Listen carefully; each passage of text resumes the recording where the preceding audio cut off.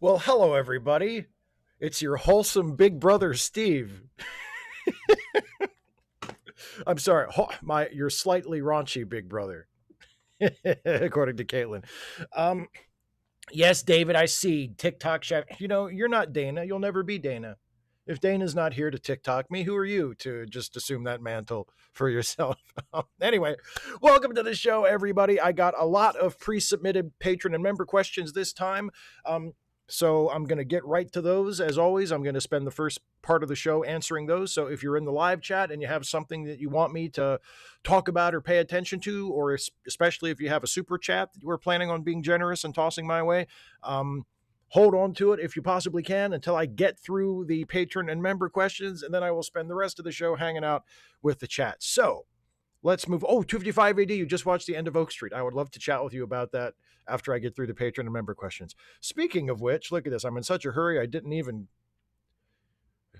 go back to the top of the list. Okay, now I'm back to the top of the list. First patron/member question comes from the Ancient Millennial, who says, Steve, massive millennial Trek fan here. I have been a defender of what some call new Trek, but I have finally found a breaking point with the puppet episode. I had thought before this the Upsal Vulcans episode from last season, an episode that had some troubling genetic code equals culture and ethics and felt like an old ugly dog whistle, was the worst of this show, but puppets? So question, can Strange New Worlds or Trek ever jump the shark, i.e. make something so bad you just tune all the way out? As a franchise, probably not. I have given up on particular series before. I think I've told the story a few times, or the story, there's not really a story. I've mentioned a few times in videos that I stopped watching Voyager as a regular weekly thing after Year of Hell because I thought, well, if they don't give a fuck about it, if the people making the show don't give a fuck, why should I give a fuck? And I mean, I have since gone back and caught up on all the stuff that I missed, but that was the point where I just said, okay, this isn't worth an hour of my time a week from now on. And I would kind of dip back in here and there if it looked like it might be a particularly interesting episode. But as a show that I watched, regularly every week, that was it. Year of Hell was it for me in Voyager. And I wasn't a super loyal viewer of Enterprise either. Again, I watched mostly regularly for the first two seasons and then kind of dipped in and out for the last two seasons. And have since gone back and watched the rest of it in rewatches. But so, yeah, I mean, it's possible, I suppose, that Strange New Worlds could do something that would make me go, okay, I'm done. I'm not going to watch this anymore. But I'm not sure what that would be. And I will say I have not, even with season 3 of Strange New Worlds, which had some episodes that really got on my fucking nerves, and as a season in general, I thought was very mediocre and was far beneath what the show had shown itself to be capable of. I never contemplated just not ever watching it again. And I look, you're entitled to your opinion. A lot of people like the puppet episode. A lot of people don't like the puppet episode. Regardless of how you judge the quality of the puppet episode, I do not understand why that would be a breaking point for anybody. Like, what is it about doing a puppet show that is more unacceptably goofy or unserious or outlandish or whatever people's problem is with it than a musical episode, or an episode where they're all living out a fairy tale, or an episode, if we go back to other Star Trek shows, an episode where they're all Robin Hood characters, or an episode where they're all, forced to play like a holographic representation of a board game, or an episode where there's like a guy in a bunny suit pretending to be the white hair from Alice in Wonderland on a shore leaf planet where fantastical things like there. It's always been goofy. There's always been a goofy side to Star Trek, and I understand someone watching the puppet episode and saying that wasn't my cup of tea. I didn't think that was very good. That's fine. I don't understand someone who watches the puppet episode and goes, "It's never been like this before. This is terrible. I don't think I can watch anymore." Really? I just don't understand that. And personally, also, I mostly like the puppet episode, so I don't get the vitriol about that either. But no, I could potentially be put off of a particular series, but I don't think I would ever be put off of Star Trek as a whole. Partially because I tend to view each show as its own thing. Um, Invalid user, for someone who seems naturally guarded and private in many aspects, your line of work has nevertheless driven deep into public parasociality. This leads to a dissonance in my understanding of you and makes me ask how much of the well known Steve Shives, the YouTube personality, is actually Steve Shives. And I know I'm blurring into 1.5 questions here. I can't help but wonder what 15 plus years of this life has been like for you. As always, appreciate your time and humility and humor. Um, how much of Steve Shives, the YouTuber, is actually me? All of it. All of it. The difference between the me that you see on YouTube, either right now as I'm doing this live stream or in my pre-scripted, pre-recorded videos, and the real me who is out living my life, is that not all of me is in the YouTube version. I don't show you everything. I don't show you every single thing about me, but the parts of myself that I share with you through YouTube are genuine, are real. Unless I'm obviously, playing a character or doing a satire or something. But even that's sharing a part of myself with you. That's sharing my sense of humor. That's sharing my point of view, my writing, my whatever. So every part of me that you have learned about through the YouTube channel is real. It's all really me. It's just it's not all of me. That's the difference. Um, and what has the last 15 years of being a YouTuber been like? It's been great. I've gotten to pay my bills, and have a fairly decent lifestyle for myself. Certainly not living in the lap of luxury, but comfortable enough. And I've been able to do it while doing work that I genuinely want to do and am interested in, and that I love doing. So it's been great. It's been great. General Contact Unit problem child. One, you're talking to a family slash friend, and in an attempt to be anti racist, they say, in my experience, immigrants are very hard workers. All the welfare cheats I've met are lazy whites. What do you say? Two, the breach. Racial prejudice requires continuing negative interactions. It's not just holding on to ancient grudges. That episode made me wonder if the Enterprise writers were the sort of clueless dipshits who imagine actual racial oppression ended a long time ago and now we just have to mend fences.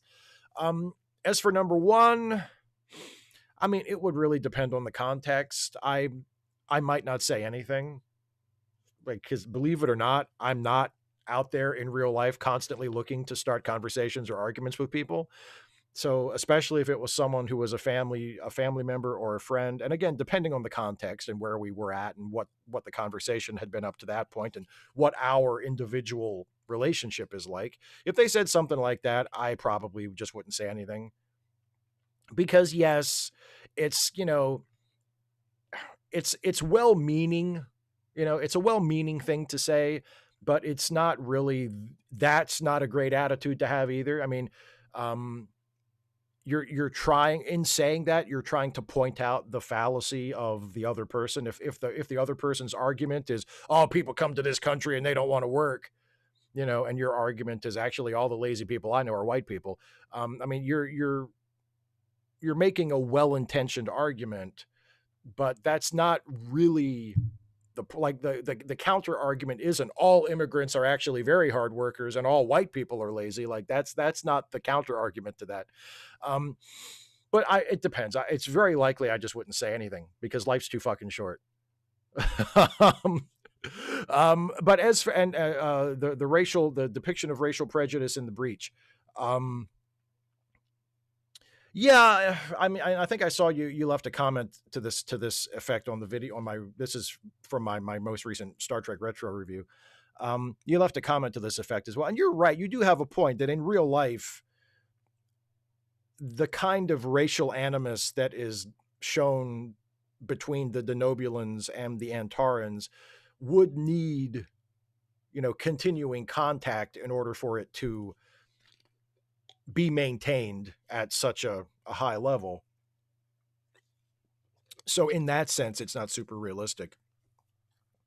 I think it's probably more a case that the writers just didn't think about that. I don't know if it's because the writers consciously believe that actual racial oppression is over and now we just need to get over it. I think it may be just that they just didn't think that element of it through. Agent Meister, who could do this all day.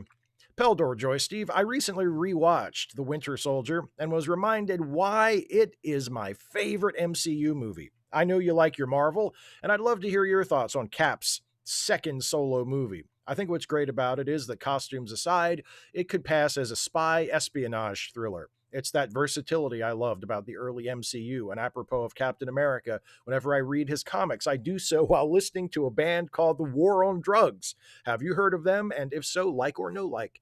Um, I may have heard of them dimly, but I'm not familiar with them, so I can tell you neither like nor like. I don't know them well enough to have an opinion. But no, Winter Soldier is a great movie, and I agree it's one of the best MCU movies.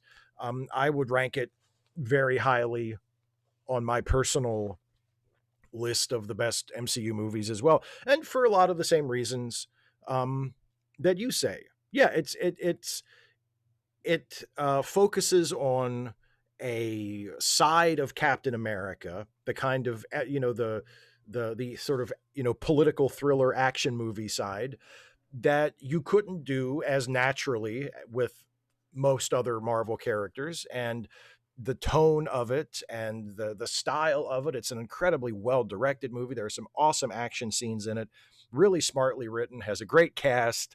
Um, and it's just, I agree, it's one of the best MCU movies.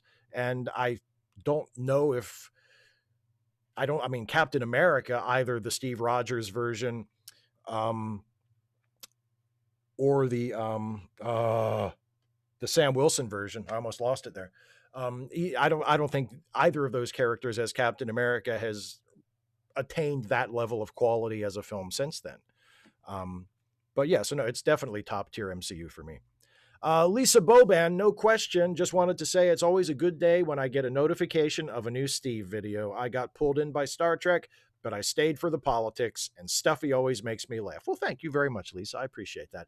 And as always, at these Ask Away live streams, new Stuffy short coming up after I finish the patron and member questions. So if you're watching, hopefully you stay tuned for that and you enjoy that.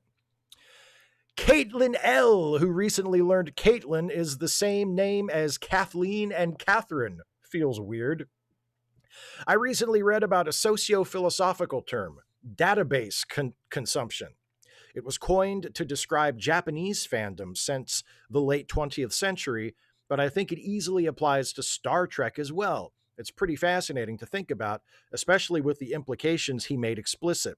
I think it really dovetails nicely with your critiques of sci-fi fans remixing existing elements instead of focusing on original narratives. Isn't it fascinating this term hasn't got much traction over here? And Caitlin also helpfully linked me to the Wikipedia article for database consumption, which has a little bit more detail about it, and specifically a paragraph in the article which reads, and again, this was conceived to describe otaku culture and the way fans of anime kind of, some fans obviously of anime, respond to their favorite works. And it says, while narrative consumption could be seen as fabricating pseudo grand narratives with worldviews behind works to compensate for the lost grand narrative, that is partial postmodernism. And the lost grand narrative is, it's lost because people are taking bits and pieces of the work instead of considering the whole work. In database consumption, however, even fabrication is abandoned. Full postmodernism, meaning the fans don't even think up their own narrative to place these elements that they like into for them to make sense. Therefore, in full postmodern otaku culture, by accessing the database or stacks of information, that is the parts of the thing that they really are attracted to and they like, that varies depending on personal interpretations. Various settings are extracted by different people to create different original and derivative works, indistinguishable between originals and copies. And what Caitlin is getting at here about how it's similar to the way I talk about certain kinds of Star Trek fans. whenever someone says, whenever someone will, like, for instance, when someone will ask me a question, like on one of these streams, and they'll say, "Hey, Steve, what would you do? What would you do for a new Star Trek show? Or what kinds of stories would you like to see Strange New Worlds do from now on, or whatever?" And if they offer their own suggestions, it's almost always just stuff that is based on previous stuff that's already been done in Star Trek. They'll be like, I wish they would do the Captain 7 of 9 show. I'd love to see that. Or I wish they'd do an episode where they went back to the planet from that episode where those proto-Vulcan people started to worship Captain Picard as a god. I want to go back and see what's going on at that planet now. Like, they don't have any original ideas. They just want to go back and revisit stuff that was already done. And it kind of limits the imagination. But a lot of fans are incapable of thinking of it any other way. And this concept of database consumption is a way of sort of describing that, where you just sort of pick and choose the things from the stack that you like, that you respond to, and you just want to see more of that. And sometimes you perpetuate that in your own imagination instead of using your imagination to imagine something different. So it is a really interesting idea, and it's fascinating that it hasn't gotten much traction. I had never heard the term before you brought it to my attention, but it does a really good job of describing a lot of the behavior and the sort of mindset that we see with a lot of fandoms in the West, as well as apparently in Japanese culture. Brian Bebopalula. Brian Bebopalula. I got it. It took me a second. Steve, have you seen Lanterns? And what do you think about it? I have watched the 2 episodes so far and have to say that I'm impressed so far. It's a different and gritty approach to a character I was never really blown away by, and it seems to be building to an interesting twist. By the way, glad to see that your politics are good, which means that we agree. Fuck capitalism, and let's get out the vote out for every election. Win or lose, we all get to choose. I'm glad our politics are compatible as well, my friend. I think Lanterns has been terrific so far. I have really, again, we're only 2 episodes in as of this live stream. The 3rd episode airs this weekend, but no, I've really liked it a lot. I think that Kyle Chandler and Aaron Pierre as Hal and John respectively are great. I think Kelly MacDonald has been great. It's a wonderful treat anytime I get to see Jason Ritter on my TV screen, and he is playing a very interesting character so far. And it's just been a great show. It's been a really great show so far, and I'm really looking forward to seeing where the rest of it goes.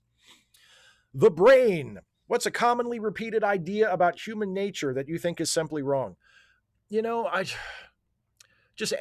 I would say any declaration about human nature that tries to say,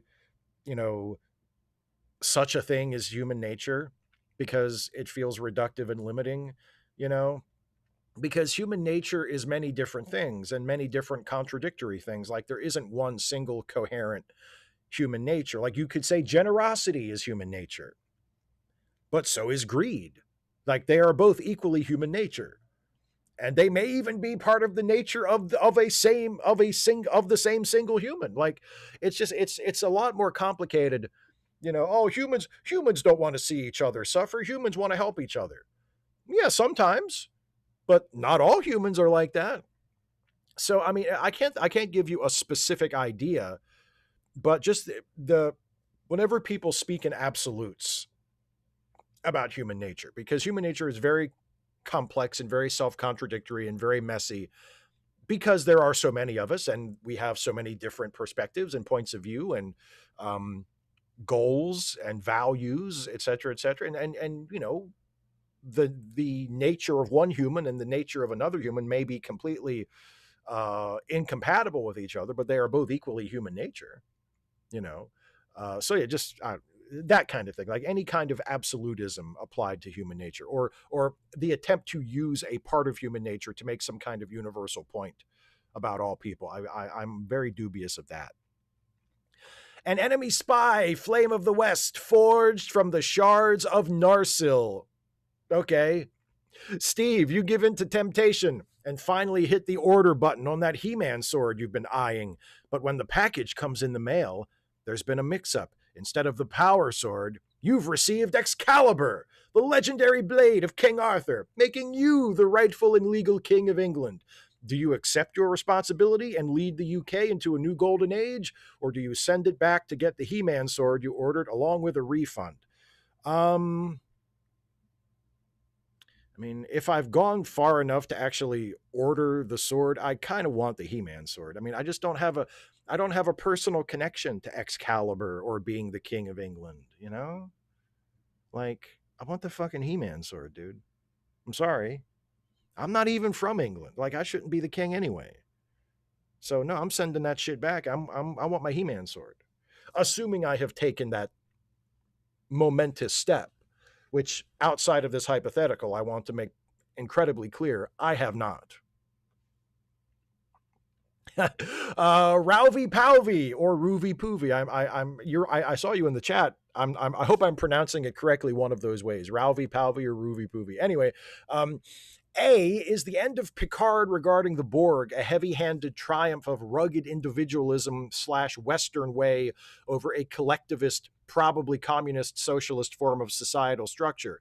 B, is the, disregarding apocryphal material, leaving open of the parasites from conspiracy homing beacon potentially hinting towards an unknown, possibly extragalactic threat, intentional or a missed opportunity? Reminds me of the Tyrannids from WH40K, Warhammer 40K. C, any more open-ended threads you'd like to see being picked up?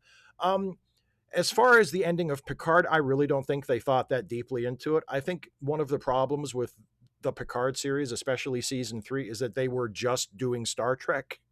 And I think any attempt to speak to larger issues or to write the story as some kind of an allegory is probably accidental or just incidental. You know, I really don't think when Terry Matalas was writing the script for, you know, the series finale of Star Trek Picard, he wasn't writing it and thinking in his head, and the triumph of the final triumph of Starfleet and the Federation over the Borg is going to be representative of, you know, Western individualism and liberal democracy over communism and social. I don't think he was even thinking about that. He was just thinking, Captain Picard's he's gonna be on the Enterprise D again, and I'm gonna bring it back, and it's gonna have new engines, and they're all gonna sit in the same places that they were sitting in the original show, and they're going to beat the Borg again, and everybody's going to be happy, and Picard's going to be on the bridge of the Enterprise, and he's going to say, make it so. Like, I think that's what he was thinking. I think that's what, because he was a kid playing with toys, right? He was a kid playing with toys. Leaving open the parasites at the end of Conspiracy, sending out a homing beacon. I mean, I certainly don't think it's a missed opportunity, and I'll tell you why when I answer C. Any more open-ended threads I'd like to see being picked up? No, absolutely not. When a new writer or director or showrunner or whoever whatever you want to call them, when a new person gets the opportunity to do a Star Trek project, whether it's a show or a film or whatever, I want to see their version of Star Trek. I don't want them to have to go back and pick up threads from someone else's version of Star Trek. And while I say that, I know that there have been examples of that in the past that have worked, like possibly the greatest Star Trek movie ever, Wrath of Khan, is exactly that kind of thing that I just said I didn't want to see, because Nicholas Meyer and Harve Bennett went back and picked up Space Seed and said, let's see what's going on with Khan 15 years down the road. And it yielded a fantastic movie. So I'm acknowledging that, you know, that kind of thing has been done successfully in the past. But as a rule, that is not what I want to see from new Star Trek. I do not care about open threads from past shows. I do not care. In fact, I actively don't want to see that. I want to see something new. I want to see a new creator come in and take the toys from the toy box that is Star Trek and do something with it that fits with the whole, but that is something that I haven't seen before within that context. I don't want to be like, hey, you can't do something about the aliens from Conspiracy. We never followed up on that. That's not that person's problem. That's not that person's job. So I mean, and I realize not all Star Trek fans feel this way, but I feel this way pretty strongly. I don't give a shit. I don't want to see any open-ended threads from old shows picked up by new shows. I want the new shows to do new stuff. Wolf, Ram, and Heart. Can you deduce the screen name based on these three emojis? I can, and I did. Hi, Steve. So, debating question on Coyote versus Acme movie. Shit canned by WB originally, despite being well liked by audiences. Hope you do review. I did. Spoiler alert. I did a review. Which, not ironically, is a tale of corporate greed running over the little guy who just wants to eat a Roadrunner, but his foolproof plans are thwarted by Acme and physics being biased. Instead, question is, can you please let us know when the Chase episode review might come out? I really like the optimistic vibe and think it could have been a two-parter. Well, first of all, yes, I did see Coyote versus Acme today. I put my review up. It went live about 2 hours before the start of this live stream, so it's live on my channel right now. Spoiler free as always for my reviews of currently in release or new movies. I thought it was good. I liked Coyote versus Acme. I thought it was very good. And yes, your point about that, believe me, that's a point that the movie makes as well. Yes, that it explicitly likens Warner Brothers to the Acme Corporation in like the opening titles. So that is a point that they definitely make in the movie. Warner Brothers is a lot like the Acme Corporation. When will the Chase episode review come out? All I can tell you is not this year and not next year. I have put together a review batch that includes the Chase. I believe I'm calling it the Galactic Archaeology batch. But it is not on the schedule yet. And I have the schedule already made for the rest of this year and also for 2027. It's not on the schedule yet. So it'll be at least year after next before I get to it. So there's a lot of Star Trek. There's a lot of Star Trek to review. David Colby wants more episodes that look cheaper, and he's not joking. I am annoyed by Star Trek fans whining about canon or, hey, this doesn't look like TOS, because it ignores the issue that every single new Trek set looks like utter ass. Why are they all so fucking big, Steve? Why are they lit like shit?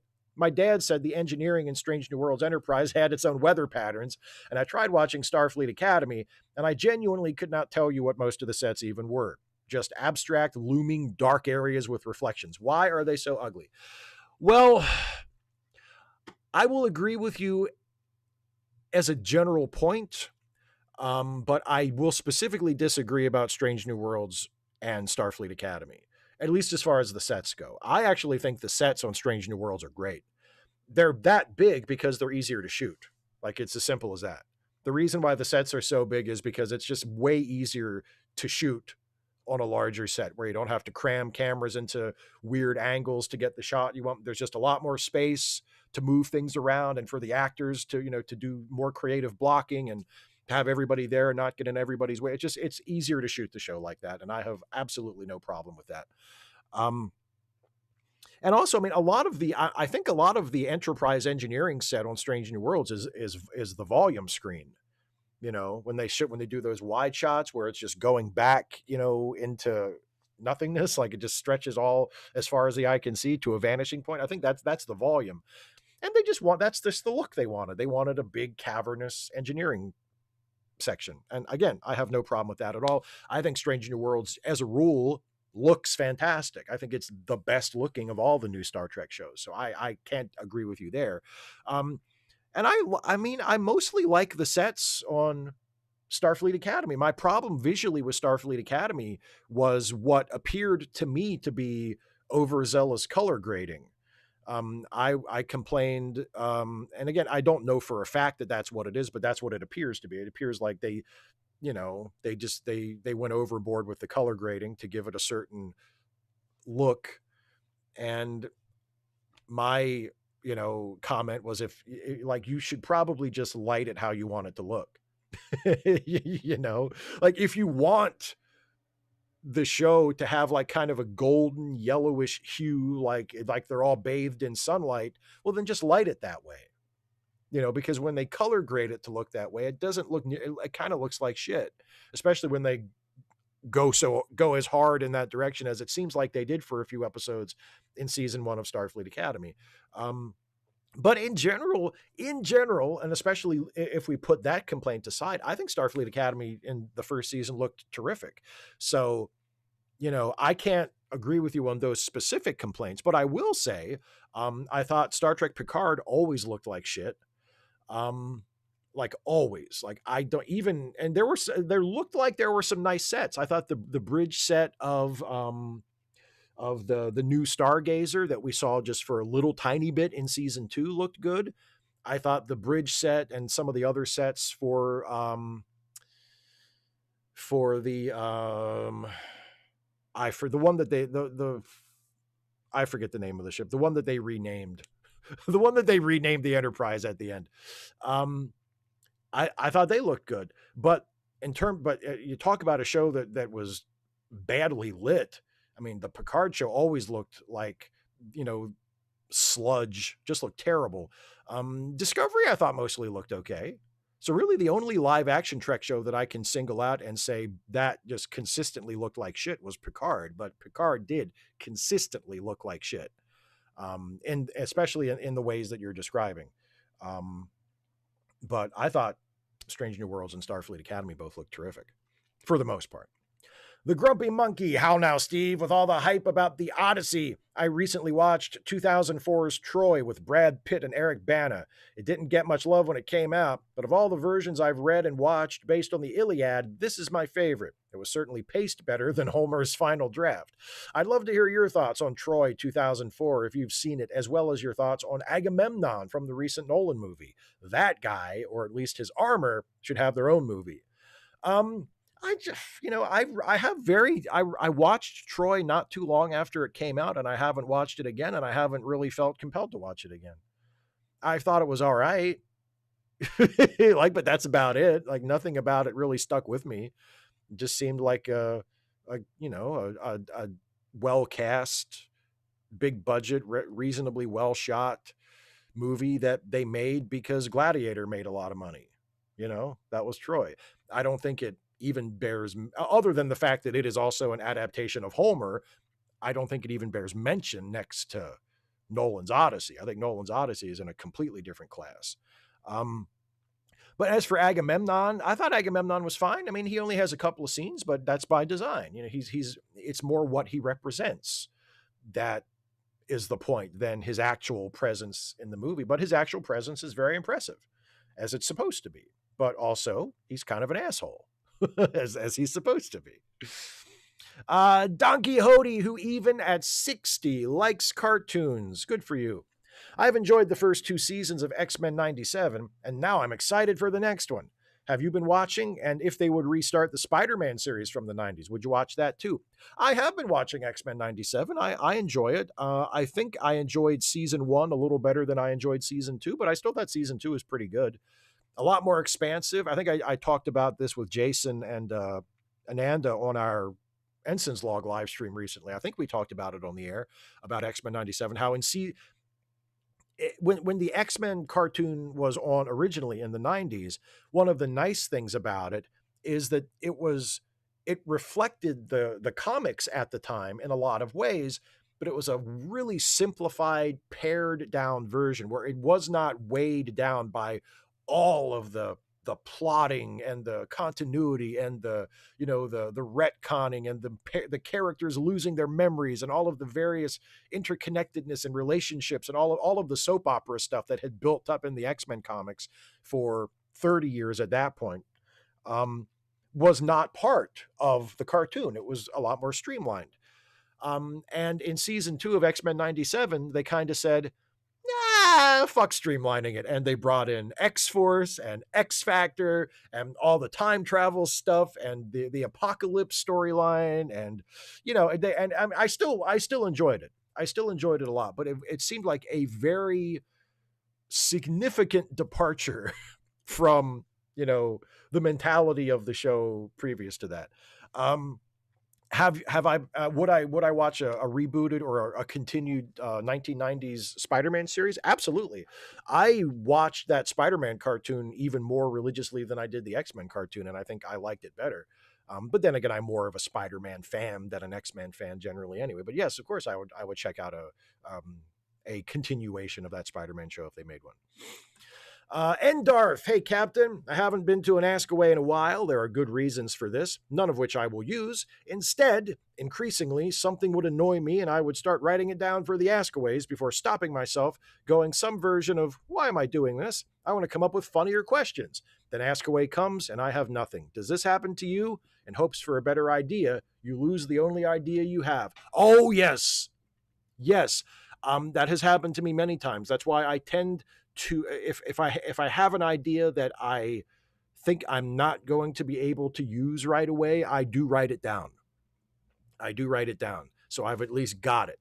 And sometimes I still lose it. Sometimes I write it down, but I write it down in such a way that when I come back to it weeks or months later, I read what I wrote and I'm like, what was I talking about? I forget, and then it's still gone. But yes, I do take precautions against that sort of thing because I fall victim to that as well. Yes. Donkey Hody, if you were to do a live stream watch along to honor either Tim Curry or Dolly Parton, who would you choose and what movie would we watch? It would have to be Tim Curry because Dana and I have already done a watch along of 9 to 5, and 9 to 5 is Dolly Parton's only good movie. So it would have to be Tim Curry. We've also already done a watch along of Clue, which is maybe Tim Curry's best movie, or at least one of my personal favorites, and definitely I think Dana's favorite Tim Curry movie. But I mean, with Tim, there are so many possibilities because even if the movie was the shits, Tim Curry was always a delight to watch. I mean, he was great as the villain in that 1990s Disney Three Musketeers movie. He was so good as Pennywise in the original TV miniseries version of It. I would be tempted to do that one, even though that also kind of sucks, but it's enjoyable in sort of a camp, ironic way. But it's just so long. I mean, it's like it was a miniseries, so even if you watch it without commercials and stuff, it's still like over 3 hours long. But man, Tim Curry is really good in it. So I don't know. It would be tough to choose. It would be tough to choose. I mean, maybe that Three Musketeers movie, but it would be a Tim Curry. It would be a Tim Curry because as much as I adore Dolly Parton and I'm all for celebrating her, and as good as she was as an actor when she was cast in movies, the actual movies, except for 9 to 5, were not good. Unfortunately, it wasn't Dolly's fault, but that's just kind of the way it worked out. Cast Iron Chaos. This week, the wrong 80-year-old died. Then the wrong 80-year-old, who also appeared in Home Alone 2, died. So many people say they'll be celebrating when it happens, but it won't end our problems. My justification for celebrating is simply this country will need decades to recover from the damage done by this demented dictator, but we still deserve one day to celebrate and let off steam. So yes, I'll be celebrating it. Not it with the clown, it with the other clown. I agree with everything you just said. It will not fix all of our problems, but it will be a cause to celebrate, and celebrate we should. And celebrate I shall, my friends. Celebrate I shall. Kara the Tolkien Nerd. Hi, Steve. Weird question this week. With this DC animated Nightfall dropping, and I do love the comic, but don't you think it takes an awfully meandering route to get to its destination? Thoughts, Kara? Yeah, it does, but that's, I mean, it does that because it was originally a massive years long crossover. So it did not tell its story in the most efficient way possible because it was designed to take many issues of multiple monthly comics in order to tell, so that people would have to buy those comics like I did, like, 13-year-old Steve did back in the day, to get the whole story. So yes, of course, when you read it in like a collected edition straight through, of course, it's very meandering. But that was by design at the time because it was not just a story, but it was a sales ploy to try and get people to want to read all these comics so they could follow this epic story. And by the way, I've seen the movie. Not impressed. Not great. Not great. Yeah. Not great. Anon. Hi, Steve. What is your opinion on the DSA? I have considered myself DSA aligned, as in closer on beliefs and values of Bernie Sanders and AOC, EU Social Democrats, basically. But I recently went to the DSA website and was shocked to see a post from August 13th celebrating Fidel Castro, who was a very bad person. I always thought the DSA was Social Democrats, not this. Thank you. Well, I don't know about the Castro thing. I can't speak to that because I didn't see that and I haven't seen what that post actually said. Um, but I kind of am in the same position as you. I've never been a member of the DSA. I've never thought about becoming a member of the DSA, but I consider them allies, and I still consider them allies. And if one of their candidates or a candidate that is affiliated with them or a candidate that has values that reflects their priorities does well in an election, I generally consider that to be a good thing because I think we need to have more people who are further to the left not only running for office but getting elected to office in this country. So I'm all for that, but no, I don't consider myself a member of the DSA, but I consider myself to be aligned with them, and I think in general they're a good thing, a good influence in our politics. Dev, do you think Earth in the Star Trek universe still has members of the Amish? Absolutely. Yes. Yes, absolutely. Because it's way more interesting if the Amish still exist than it would be if the Amish had somehow ceased to exist. Yes, I think there are definitely Amish people still living on Earth in the 23rd or 24th century in Star Trek, in my mind. Some random geek who has smacked his head, crew their hats, and have yelled and scream as they game. Okay. I can relate. I don't think by the time I got rid of my Nintendo Entertainment System, I didn't have any controllers that didn't rattle when you shook them, and they didn't come that way. Just to make it clear, when Russell/Kirok 2011 was referring to a progressive who smacks their head, chews their hats, and throws a tantrum like a 4-year-old, he was referring to me because I have done all those things while playing Fortnite and Marvel Rivals while on Twitch. I'm streaming right now to YouTube, Twitch, and Kick. And you can ask me about it there. I will be streaming till 10 p.m. Eastern, so Steve's audience has a chance to ask me about that on my stream. On to part 2. Well, there you go. If anybody's curious about Geek's habits for smacking their head and chewing their hat and throwing a tantrum during playing a game, you can ask on Geek's very own stream. And part 2, some random geek who is still frustrated with capitalism and those who defend capitalism. And if someone like Russell chooses not to take someone like me seriously because I rage when I play Fortnite and Marvel Rivals, okay, I'm fine with that. First of all, I'm not just a progressive, I am an anarcho-syndicalist. I'm against all coercive and unjust hierarchies, especially hierarchies of domination, like white supremacy, patriarchy, ableism, the state, and capitalism. Yes, being a small business owner is a small part of a hierarchy of domination.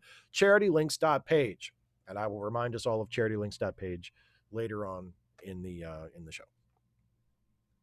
And from now on, if you and Russell just want to handle your business on your own time, that would be great. that would be fine with me, because even though I am acquainted with you both, and especially you and me, Geek, we go back for a few more years than me and Russell, and I consider us friends.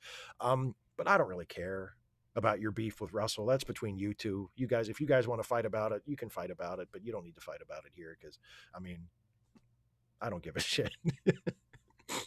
Marge Irene Buttercup. Hey, Steve, celebrity deaths seem to come in clumps, and thus otherwise unrelated people may become inextricably linked in the popular memory.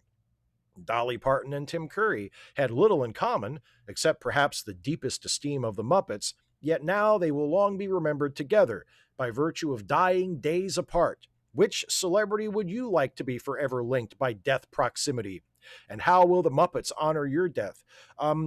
I would like for Ric Flair and Dusty Rhodes to be linked by death proximity, because that would mean that Ric Flair died 10 years ago too. How will the Muppets honor my death? I don't know. Could I be buried in like a Muppet coffin? Could the coffin be made of like fuzzy felt, like Muppet material?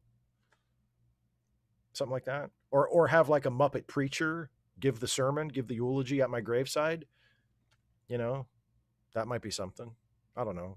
I don't know. The Muppets can honor me however they want. What I really care about, all due respect to the Muppets, is how the Satellite of Love robots are going to honor me. Because they, again, all love and respect to the Muppets, but it's the Satellite of Love robots whose esteem I truly covet. And I think you know how important to me is their esteem. Oh, hey there, it's Zulu Romeo, who somehow is still alive this week. Congratulations. It's been a horrible week for celebrity heroes who have died, but I think we can all agree that the death announcement of Ratko Mladic, the Butcher of Bosnia, is a much needed bit of levity. In the UK, there is a running gag involving comedian Stuart Lee and his apparent resemblance to other famous people if they had let themselves go, one of whom was Mladic. And it got me thinking, are there famous people you either get confused between, can't tell apart, or always associate with each other? Is there?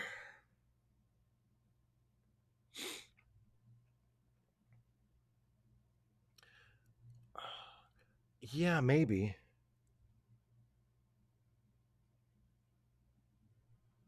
I feel like I used to confuse Megan Trainor with somebody, but I can't remember who. Like there was a point where I was like, that's Megan Trainor, right? Oh no, that's the other one. I can't remember which one.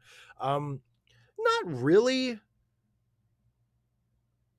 And there, well, no, and then who's the guy? Tate Donovan. Remember Tate Donovan? He did some movies and TV shows. For some reason, he had like a recognizable but kind of generic face, and I would sometimes see him and think, is he some other guy? But I can't think of who I would have confused him with. But yes, I have done that from time to time.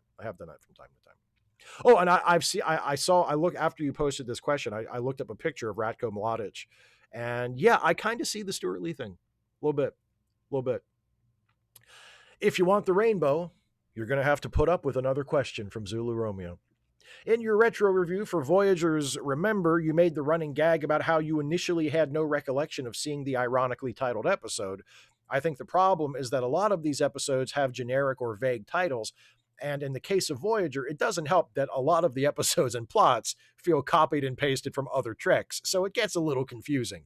Anyway, seeing as you liked Remember, what for you is the best Star Trek episode with the dullest title? This is a great question because there are some Star Trek episodes with some nondescript titles and some really good ones. I'm trying to think of some off the top of my head. Family, great episode, generic ass title. My favorite Star Trek episode ever, The Visitor. Although I like that title. It's a simple title, but I like that title because it has layers of meaning to it, because there are multiple visitors in the episode that sort of, add context to that title. So it's a very dull title, but when you watch the episode, it's the right title. What's another one? It's a generic title that's also a good episode. Another TNG and another good episode, Brothers. Terrific episode, but it's like, oh yeah, sure, Brothers. Yeah. What else were they going to call it? Like, they didn't, it's a lot of the times it seems like they don't really try very hard, which is fine. I'm of the opinion that the title of something doesn't really matter that much, that if people watch it and really like it, they'll remember the title no matter how banal it is. But yeah, the Family maybe would be my pick because it's a really, really good episode and the title could not be more generic. JDC, hi Steve, hope you're doing well. I think this might be a media criticism question. Reviewers will break a Star Trek episode up into acts. How can they tell? Is it the rise and fall of the action, the runtime, commercial breaks? I saw an Orville episode recap describe 7 acts, so I clearly don't know what's going on. Thanks. Well, I would suspect that Orville episode recap that broke it into 7 acts was I would assume it was for one of the episodes from the 3rd season where the episodes got ridiculously long. Even there, though, 7 acts feels like a stretch. Traditionally, for a TV show, it was simple. It was the commercial breaks. From the start of the episode to the first commercial break was the first act. From coming back from the first commercial break to the second commercial break was the second act, and so on. And TV shows usually had 5 acts. Hour-long TV shows, I should say, usually had 5 acts. So that was so, and sometimes there'd be like a cold open, which would be considered a teaser, which was usually reckoned as being separate from the first act. So you might have teaser, act 1, act 2, act 3, etc. Sometimes, depending on how a show was structured and where the commercial breaks were, you'd have a teaser, and then you'd have 3 acts, and then you'd have an epilogue at the end. So there, it would be divided into 5 segments, but only 3 of them would be considered acts because they would be longer than the teaser or the cold open and the epilogue. But on traditional TV, it was easy. It was commercial breaks.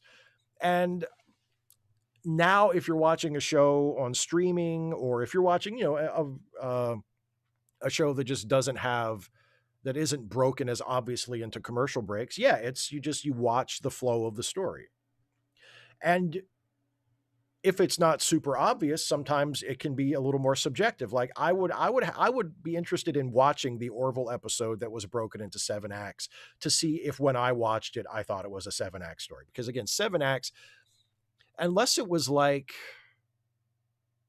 a 2-hour show, right? A 2-hour television broadcast on commercial television with commercials would usually be 9 acts.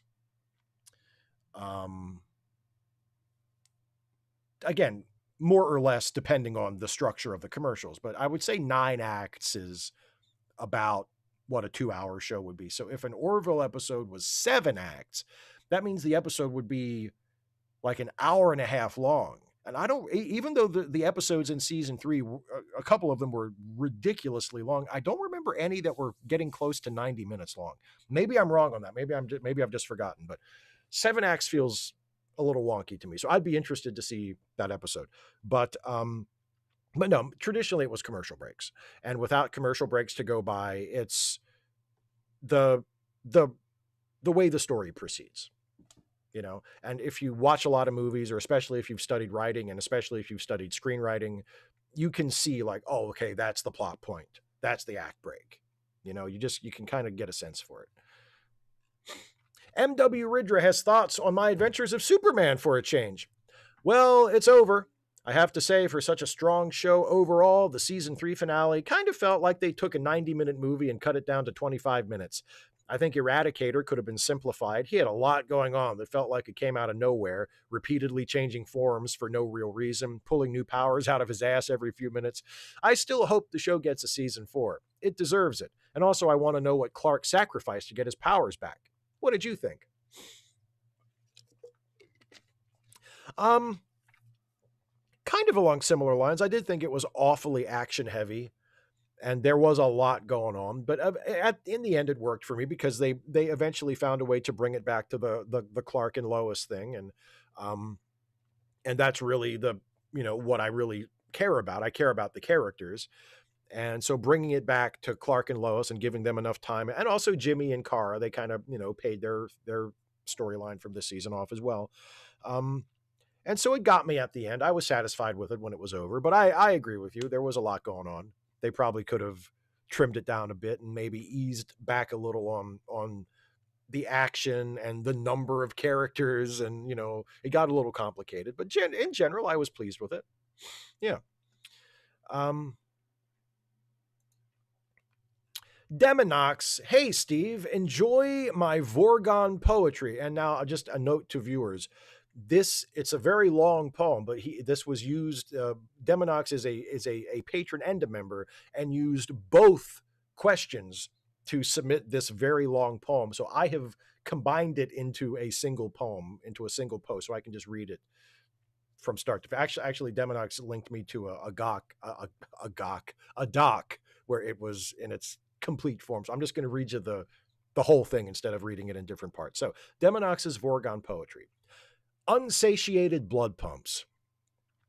I glorp upon thee from across the cafetorium, thy hair like tangled schlup damply muckled askew, reminding me of my tender bogling days, squelched beneath drooping willow grubs, where swamp water gurgled warmly through my trousers.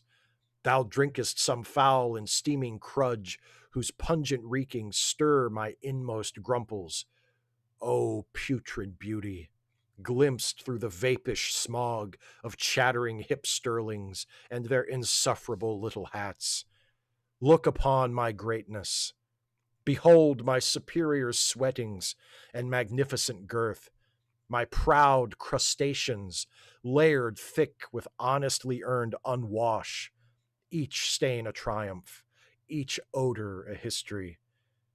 Yet thou gazest past me, the barista, his arms scarcely flubulent, his pits unbloshed by labor, his flesh unsoiled, uncrusted, unseasoned, a life barely lived, wimpy. And him thou desirest? O miserable gurpling of my heart bladder, O rancid injustice of affection, I shall destroy you both, or perhaps just him. Alas.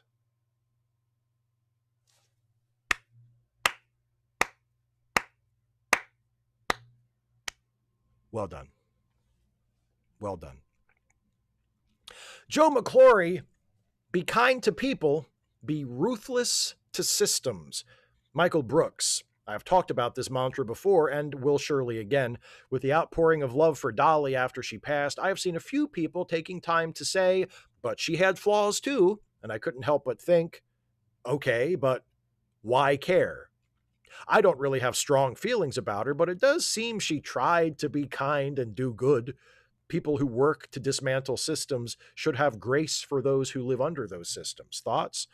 Yeah, I agree. I think it's perfectly legitimate to acknowledge that someone was imperfect and to kind of poke against hero worship. I think that's perfectly fine. But I do think there have been a few people like who have they sound joyless and they sound contrarian and they sound like they are holding everybody to utterly impossible standards. Because yes, Dolly Parton was not perfect. There are people, it's a minority, but there are some people who have stories about Dolly Parton that are not super flattering. Dolly has occasionally associated with people who you would rather she didn't associate with. Like the one that a lot of people have mentioned is she performed with Kid Rock. Okay, I'm not thrilled about that, but you weigh that against all the good she did. And I can't see, wagging my finger at someone who wants to celebrate the life and work of Dolly Parton because she fucked up a few times or because she did some things that we would think she shouldn't have done. I think it's completely legitimate to say she wasn't perfect and she fucked up or she made mistakes or she, mistreated people or whatever. Like, if that's true, that's perfectly fine to bring up.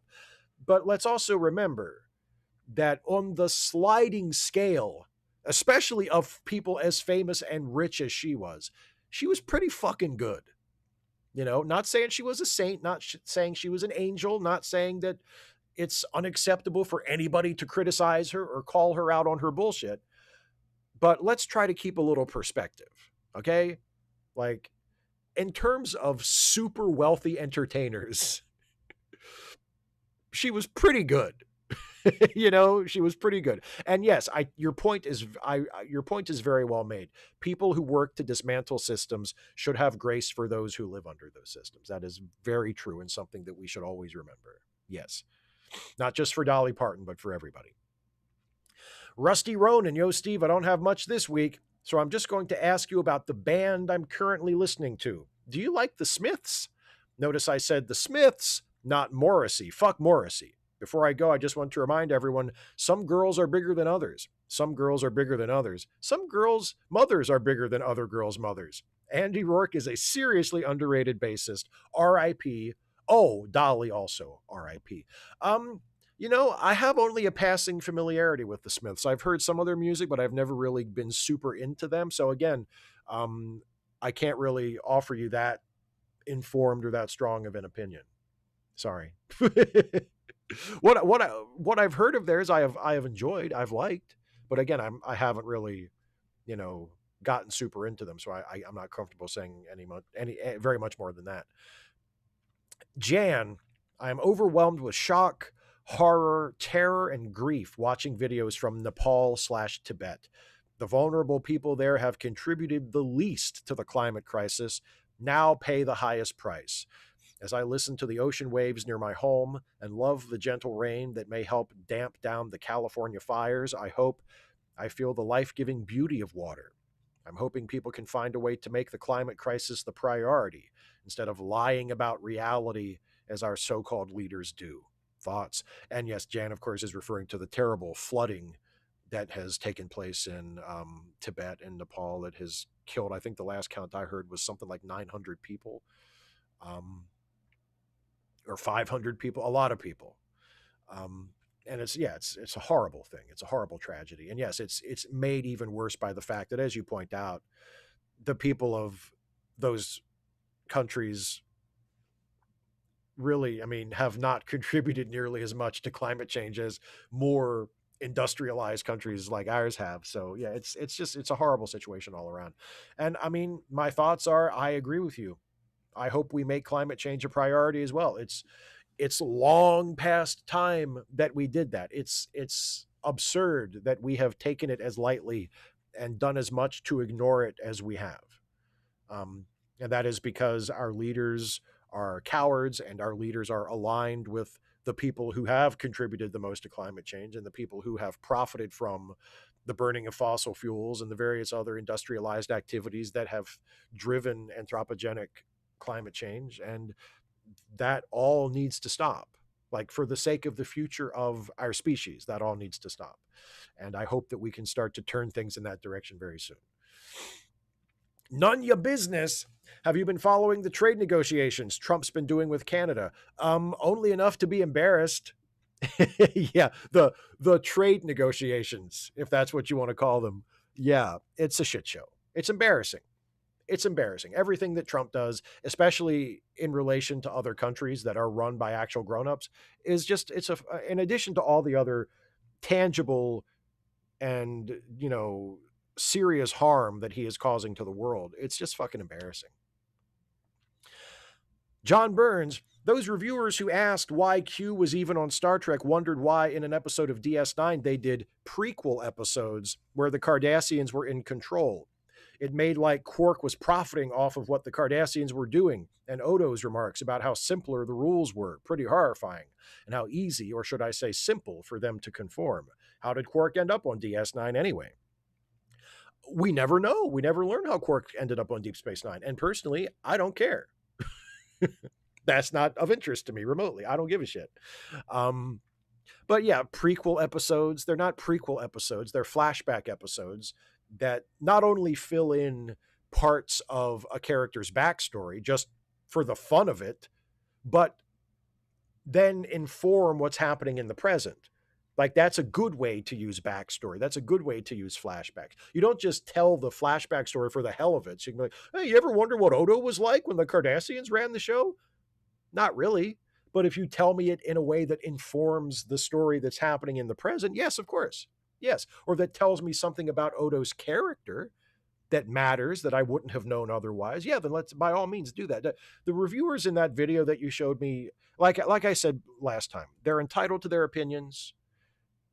They struck me as clueless dipshits whose opinions I would have very little interest in hearing because they seem based on either misunderstanding the show or understanding the show on the most boring fucking level possible. So it does not surprise me that they whined about prequel episodes or, showing Quark in a morally troubling light as if that was not the entire point of Quark's character for the whole show. Another one from Marge Irene Buttercup. Hey, Steve, I want to make it clear that I'm not suggesting you intentionally die merely to piggyback on the goodwill of a beloved dead celebrity, but does it not make you think? Suppose you were on your deathbed and you heard that Carrot Top had been decapitated by a prop comedy mishap. Might that not give you the strength to hold on for another week until, I don't know, Jamie Farr kicks it? Yes, absolutely. And I would much rather die in the same week, let's say, as Jamie Farr, even though I was never really that big of a MASH fan. Like, I never really got what was so great about that show. But I would much rather be associated in death with Jamie Farr than with Carrot Top, of course. Like, what the fuck? Yes. Here's one from Isaiah. Now, this is an image, and I'm going to read this, Isaiah, because it's about Dolly. But in the future, the image is a big block of text. And in the future, just figure out a way to fit it into your question. Like, it's if you have to trim it down to make the character limit, that's kind of the point of the character limit. So I'll read what you had to say this time. But in the future, like, don't send an image with a big block of text that feels like it's superseding the character limit. Just stick to the character limit. But anyway, here's what Isaiah had to say about Dolly Parton. So, as we probably all know by now, Dolly Parton passed away Wednesday at the age of 80 from cancer, sending shockwaves through the entertainment and pop culture world. I could say same about Tim Curry. I could say something about Tim Curry and Peter Cullen, but I've decided to keep this post specifically focused on Ms. Parton. While I've always knew who she was, I knew very little about her life and story.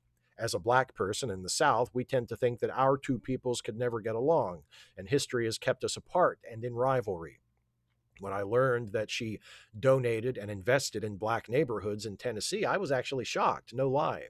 And she did it 3 decades ago, under a veil of secrecy. The overwhelming outpouring of support and grief from our people to Miss Parton and her family has been truly incredible. Just incredible. I didn't expect this at all. As a staunch atheist, living in a world full of religious extremism and hatred being levied on non-Europeans and non-Christians, I often roll my eyes whenever a white person calls them a Christian, because I can bet you tickets to a Billie Eilish concert that individual has never read the Bible, and that person may be hiding their bigotry behind their religion. Dolly completely destroyed this stereotype for me, but I'm still working on combating that stereotype. I think one of the things that I really like about Parton is how incredibly comfortable and assertive she is in her quirky Southern charm, living your own life in an area of the country that often looks down on uniqueness and quirk because of its religious conservatism. I wasn't able to know Dolly when she was alive, as I'm not much of a country fan, but now it's time to get to know Dolly and celebrate her legacy. I posted a picture of her once I knew of her passing, but I decided to give her more respect than that. And then Isaiah asks, what images of Dolly, what memories of Dolly do you have? Well, I hope when you go to discover her that you do spend some time with her music, because to me, the most prominent thing is her music and her songwriting and her voice. Me and Dana were talking about this on Wednesday. She was amazing because not only was she a top tier songwriter, but she was a top tier vocalist as well. It's very rare to get someone who is that good of a singer with that amazing of a voice, who is also that great of a songwriter. And Dolly Parton was a legendary songwriter and also a legendary singer. And yeah, it's her music that will stay with me. And even songs that she didn't write, like her big breakout hit as a country star was her cover of Mule Skinner Blues, which is this country song that goes back to the 1930s. That is just a classic country song that has been covered and re-recorded, generation after generation for decades now. And Dolly Parton's cover of it from, I think, the late 60s, maybe early 70s, is just amazing. And she didn't write the song, obviously. She's just covering it and interpreting it, but she just transforms it. And it really shows off her voice. It really shows off what an amazing voice she had. And then later on, as her career continued and, she became known for songs that she herself had written, you saw that she had an amazing voice as a writer as well. So for me, it's always going to be the music for Dolly. And Isaiah also says in his second question, because he is both a patron and a member, also, I finished my latest creation, and this is also a picture. Check this out. That is a model that Isaiah put together, and he added all those little lights to give it the scale and the color and just the unique, beautiful look that it has. That's really nice, man. That looks really cool. I like that a lot. That one turned out very, very nice. Very, very nice indeed. Thank you for sharing that. Donovan S. Boyle. Hey, Steve. Hope you're doing well. What is the best episode of MST3K and why is it Cry Wilderness? That is such a good episode. That might be my favorite of the revival version of the series, of the version that was brought back to Netflix. And there are some really, really, really funny shows in that. And in that version of MST3K. It's got some really funny stuff. But yeah, Cry Wilderness might be the best one. Either Cry Wilderness or maybe Avalanche. Avalanche was a great one too. And also, you know what, Mac and Me, their riff on Mac and Me was great too. There are a lot of really great episodes in that Jonah / Emily run of MST3K. So yeah, why is it Cry Wilderness? I don't know. I mean, how are you going to vote against Bigfoot? Like Sasquatch? How are you going to vote against a Sasquatch episode? The Motivated Mover. So I'm moving this week and am a bit anxious as I have never moved before. Everything is packed, just trying to tape all the boxes and everything else so they'll be secure and tamper-proof. I may be able to save a bit of money since I'm bringing less than originally planned, so yay. Do you have any moving horror stories or good stories when you hired movers? P.S. Puppets are fun. I laughed so much at that ep, and downsides of prequels mean many characters have plot armor. Mbenga Spock Chapel. As far as I understand why people say that. My Jason complains about that sometimes, that the characters in Strange New Worlds have plot armor. I personally don't care. I have never felt that an episode suffered because I knew that a given character was going to survive because they appear in a show that's set later. The analogy I use is it's just like watching a movie or a TV show for the second time or any subsequent viewing, right? When you watch a movie that you've already seen and you know what happens, do you like the movie less the second time or the third time or the fifth time you watch it? I mean, sometimes that's the case, sure. But if it's a movie you really love, does the fact that you know what's going to happen ahead of time spoil the movie for you? And if there's a suspenseful part in the movie, are you not still drawn into the movie? And are you not still caught up in the suspense, even though you know intellectually that everything's going to turn out okay? And so that's how I view it. And that comes up big time in this week's Strange New Worlds episode, which is the best episode of the season by far, and is the best episode the show has done since season 2 at least. Is a fantastic episode. And there are some situations where characters are threatened that we know they survive because they appear in Star Trek, the original series. So it's like, well, they're not going to kill off Spock. We know he lives, right? But it still works in the episode, and I'm still drawn into it because I'm letting the episode work on me. I'm watching this episode. And if it's good enough, and this episode is, I'm not thinking, oh, he's going to survive. He was in classic Trek. He's not going to die. They're not going to kill him off. I'm not thinking that. I'm drawn into it. I'm watching. I'm engrossed. So plot armor doesn't usually bother me. Plot armor, that would only bother me if the thing I'm watching isn't very good. If the thing I'm watching is good, it doesn't matter. I don't give a fuck. I'm still invested if the storytellers have done their jobs. No horror stories about. I've never hired movers. I've always moved myself or had help from family and friends. So I've never hired movers. So I have no horror stories about movers. And I don't really have any horror stories or happy stories about moving. It's a thing sometimes you have to do. I'm sorry. I wish I had better mover stories, but I don't really have any. Damian Williams. Hey, Steve, a few weeks ago, you mentioned how you didn't want to join a Facebook group. And it reminded me of how I got kicked out of one. Someone asked, would any other captain have done something different with the Hugh dilemma? And I answered, Kate Janeway isn't above a war crime, which is true. Injustice aside, what do you think about that and any other similar moral dilemmas with the other captains? I mean, Ben Sisko isn't above an odd war crime here and there either, is he? I don't have any problem with the captains or any other characters in Star Trek or anything else doing morally questionable things. They're characters in stories. I'm not their parent. I'm not their supervisor.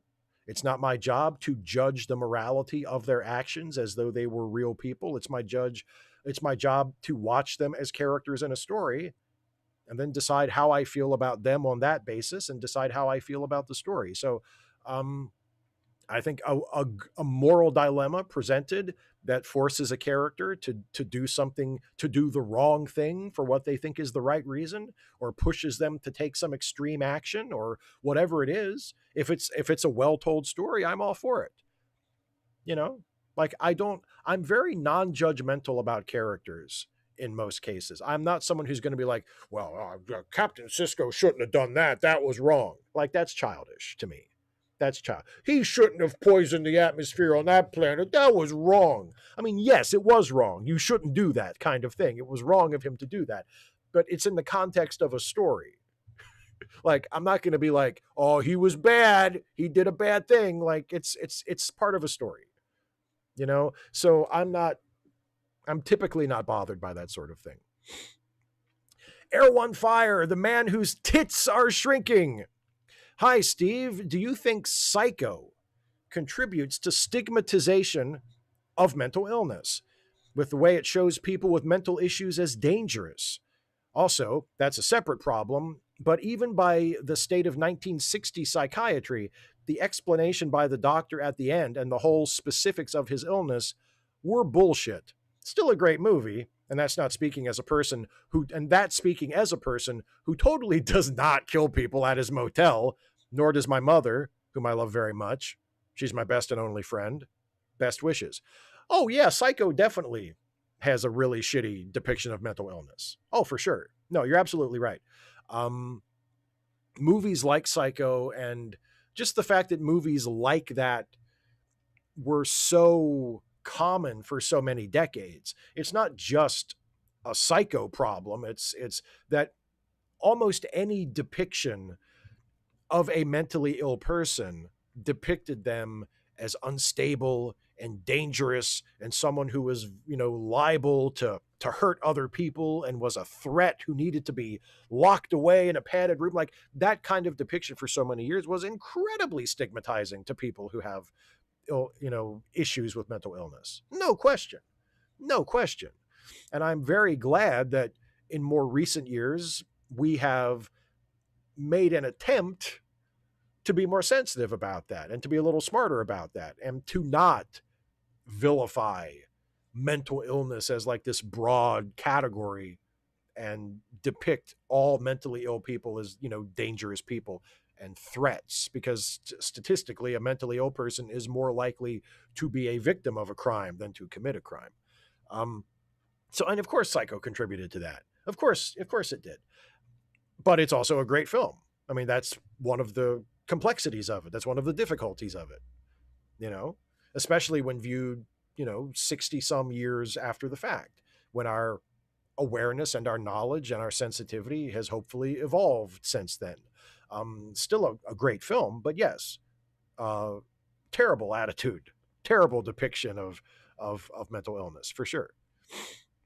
And that was the last question. How about that? How about that? That was the last patron and member question. So here's what's going to happen. I am going to restart the live chat viewer for the live stream here.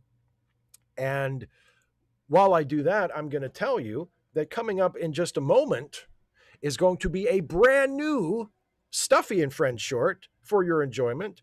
And then when that's over, I will turn my full attention to the live chat for the rest of the show, and we can hang out and talk about whatever you all want to talk about. But for right now, here is a brand new Stuffy short that, as always, will be going live on this YouTube channel tomorrow as its own standalone YouTube short. But because you are watching this episode of Ask Away right now, you get to see the brand new Stuffy short before anybody else.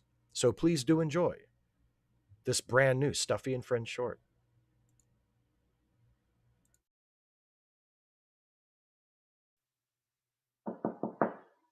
Come in. Oh, God, it's finally happened. I've caught him wanking. I'm not wanking. I'm working out. It's worse than I thought.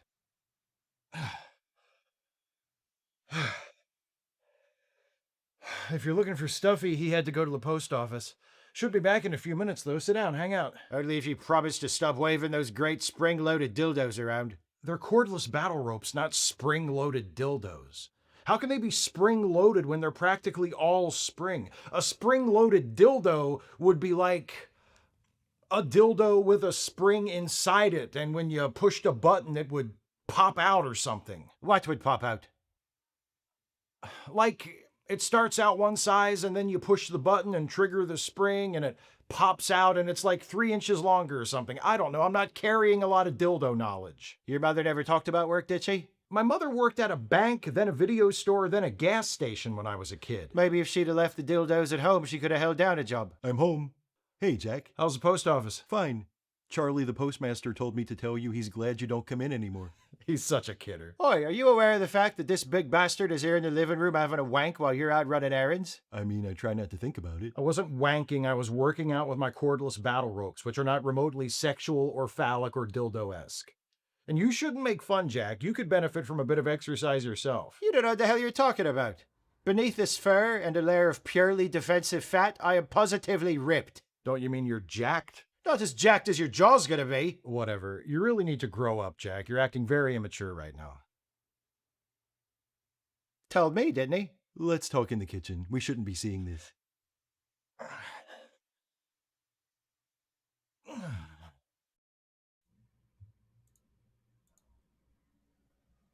I hope you liked it.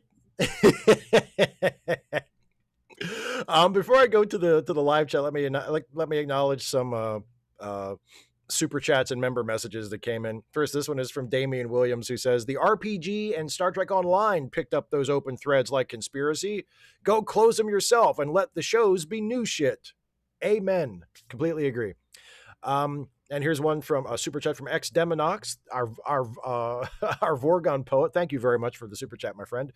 Says best Vorgon reading ever. Hashtag cast Steve and Hitchhikers 2. And then John Burns says a super chat from John Burns. Thank you, my friend. Who gets Bill Cosby? Which Grim Reaper gets him? Are there multiple Grim Reapers? Whichever one is closest to Bill Cosby right now should get him. All right. Let's see what's going on. I turned on the Q&A feature, so I'll be checking that for questions. Let me just take a peek at the live chat here. Oh, Zulu Romeo says, great wrist action, Steve. Thank you very much. You know, the thing I noticed after I filmed that video and was editing it, my form is kind of shitty on that last exercise where I'm like waving them back and forth, because I'm waving them back and forth, but they're kind of, you know, ideally your motion should be smooth and regular enough that the battle ropes are kind of moving parallel to each other. And the way I'm moving them in the exercise at the end, they're kind of, you know, they're sort of bouncing around a little bit. So poor form on my part for that last exercise. Caitlin says, in the UK, we just call them weighted ropes, but apparently the actual ropes are called battle ropes in America because bros. Exactly. That's exactly it. Yes.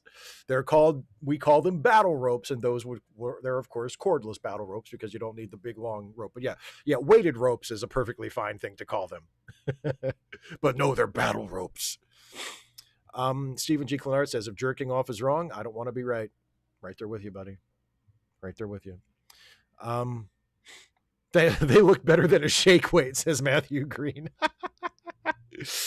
Roovy Poovy says, I like the part where you wiggle them into the camera. Thank you. That I think that was an improv when I was shooting it. I realized, this is funny if I wave it like at the camera, like I'm waving a dick or a dildo or something. I think that's funny. So I figured that out as I was shooting it. That wasn't in the script, but thank you. I liked that bit too. Oh, Cast Iron Cast, I presume they're referring to the various Grim Reapers in different movies, such as the Sandman's death, the gothy chick who stars in too many disturbing fanfics. Yeah, I don't want death from Sandman to take Cosby. She's cool. I want him to be like dragged to hell for what he did. 255 AD said, would you want to see an End of Oak Street series, or would that just be Primeval? I mean, I would check it out. I would watch it. You know, if they did like a TV version of it, I would check it out. Let me go to the question section. Caitlin asks, how much can you lift? I've just graduated from 15 pounds to 20 pounds tonight. I mean, the only weights that I use are my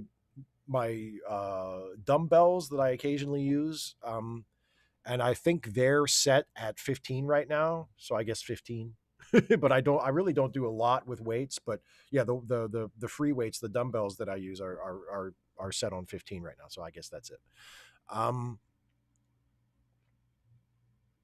35AD says, how do you feel about the ways the dinosaurs were depicted? They seemed like monsters attacking the humans for no reason. In Jurassic Park, they seem much more like real animals. Yeah, they were a little like movie monstery, but that didn't bother me. I mean, because again, like I see that movie, and we're talking about The End of Oak Street. I see that movie as like a modern version of a creature feature. And I don't necessarily demand that the dinosaurs behave in realistically animalistic ways. They're a lot more aggressive and a lot more predatory than you would imagine animals would be, but that's fine with me. That's the premise of the movie. Steve Schmeling says, I thought I'd give that poem its highest grade, MST style. It stinks. Cast Iron Chaos says, how the hell could you use those battle ropes in a battle? Well, they are weighted on the end. So I think if you really did smack someone in the face with one and you caught them with the weighted end, it might hurt. I don't know how badly you could fuck somebody up with one, but I feel like if you really started wailing on someone and you got a couple of good shots in with the weighted end of it, that would probably hurt.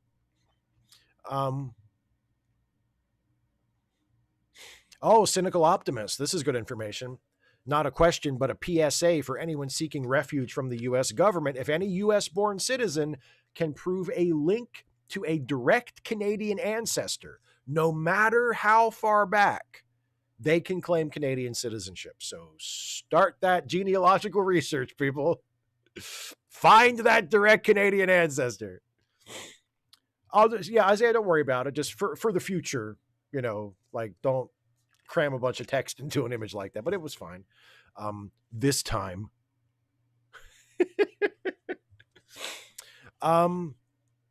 Matthew Green says, Steve, do you watch any of the Trek reactors here on YouTube? And if so, who's your favorite? I know I've been enjoying the Target Audience channel.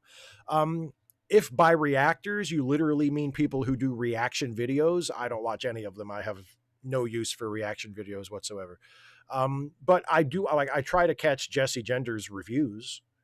And every once in a while I'll watch some Trek culture stuff, because I am pals with Sean.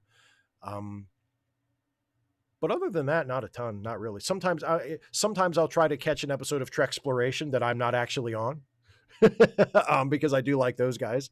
I don't, in terms of like reaction channels where they're like filming themselves watching the episode and reacting, I have absolutely no use for that at all.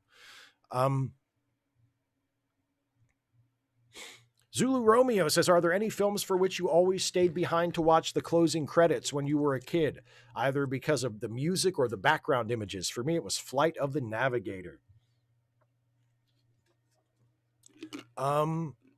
Yes.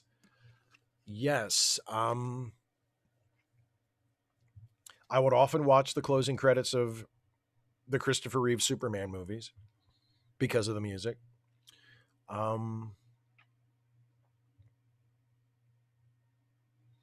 That's about the only one I can think of when I was a kid.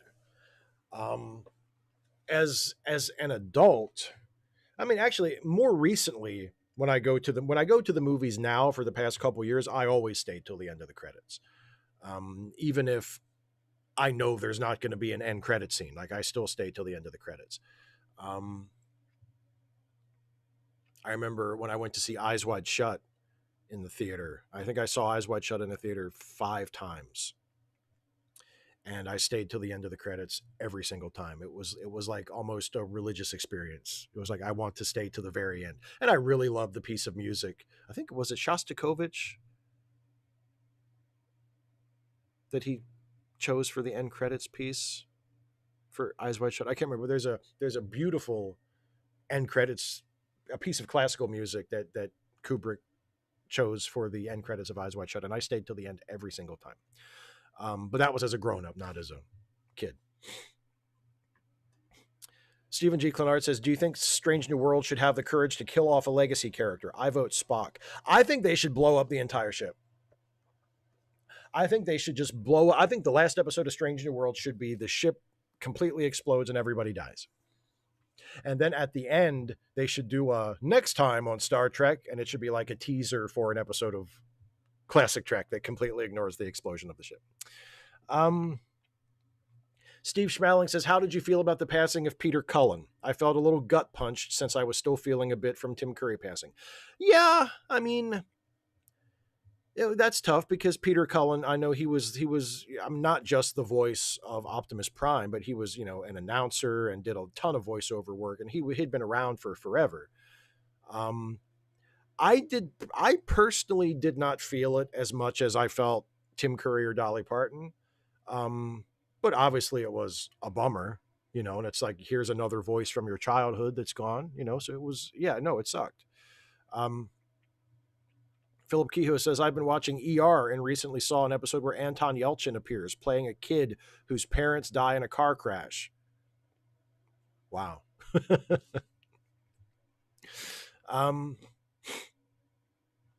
Simon Moody says, for a combined episodic / ongoing story, Burn Notice works really well. The A and B plots don't interact, but the inherent tension of time and resource limit ties things together via tension. Thoughts? I never watched Burn Notice, so I can't comment on that, but that description of how the storytelling works sounds good. I like the concept of that.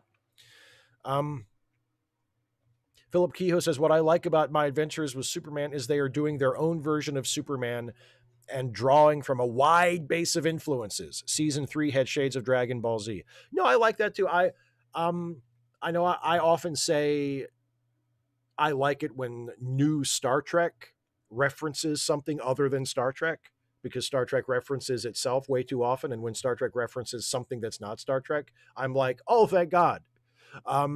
And My Adventures of Superman is kind of similar, where, it's Superman, but it's very clearly anime inspired and has its own unique tone and its own unique approach, and leans toward the comic side of it. I mean, the comedic side of it a lot more, and has a very funny show and also very energetic and very sort of youth oriented. And I like that about it too.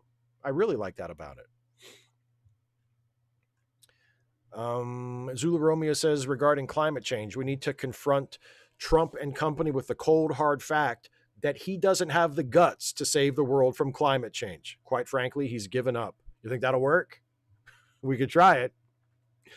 255 ED, this is a great idea. Would it be a good idea to take a Canadian back to like to like 11346 BC and have that Canadian bang a cave person, so by today all humanity will have a Canadian ancestor? I think it's a great idea. Can we invent a time machine and find a willing Canadian to do that? That'd be great. Ruvi Poovy says, what element do you have the hardest time suspending your disbelief about? The no pockets uniforms and also beaming into unknown areas with virtually no equipment protection makes my brain itch. I don't care about either of those things. It has never, ever occurred to me to even notice that, let alone care. I am always at least a little bit aware in the back of my head, and sometimes I'm very aware, much closer to the front of my head, that I'm watching a TV show. And to me, that doesn't ruin my immersion. Like, I know it's a show. I know it's a drama. I know it's a fantasy. That doesn't, as long as there's nothing like that overtly drags me out of it, I'm fine with that. And like, I'm aware that not only is it a TV show, it's not a hard sci-fi show, and it never has been. It's pulp sci-fi. It hand waves a lot of stuff. It takes a lot of stuff for granted.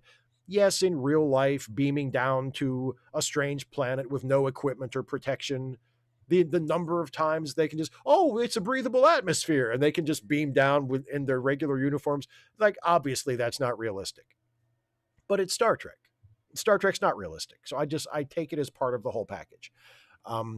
And yeah, the no pockets thing is kind of silly, but I don't really notice it. It doesn't really bother me. Yeah. No, usually what causes me to not suspend my disbelief in Star Trek? I mean, it's not really a suspension of disbelief problem, but the thing that throws me out of the story more reliably than anything is the excessive technobabble. That's not exactly a suspension of disbelief issue, but I think it is kind of an immersion issue, um, especially when it's technobabble that is like bearing weight for the story. You know what I mean? Yeah, something like that. Um, Matthew Green says, Steve, I watched a video the other day where the person made a breakdown of how Starfleet and the SGC from Stargate deal with interfering in other cultures and was wondering your thoughts, if any. I have none because I've only ever watched the first episode of Stargate, so I can't make any comparison. Sorry. Daryl Lett says, I always had to watch the closing credits of American Graffiti because of the song All Summer Long by the Beach Boys. There you go. Beach Boys would keep me sticking around for the end credits. 25AD says, do you not feel bad for the people who have to clean up the theater when everyone is waiting until the credits are over? No. I feel bad for how little they're paid, but I don't feel bad for them having to. No, that doesn't. No, it's part of their job. And I mean, I bought a ticket. I paid for the credits. If I want to watch the credits, I'll watch the fucking credits. And if that means that they have to wait a few extra minutes to come in and clean up the theater, oh well. But that doesn't bother me at all. It bothers me that they're underpaid for their jobs. It doesn't bother me that they might have to wait a little longer for the audience to clear out if everybody's staying to watch the credits. Oh, Caitlin, this is a good one. Who's your favorite stand-up comedian? I finally made it to the Edinburgh Fringe Festival this year with my fatigue and strength finally back to 2019 levels. By the way, good for you. I'm very happy to hear that. I saw two of my favorite stand-ups in person and a great comedic musical play as well. I didn't even have more than a day of heightened fatigue afterward. Would such an event be too much social for you? Probably not too much social in that way, but it wouldn't be the kind of thing I would just naturally be inclined to go to. It's not so much that events like that are overwhelming to me or are difficult for me because of the number of people around. It's just kind of lack of interest or lack of something that it's just something I don't tend to enjoy.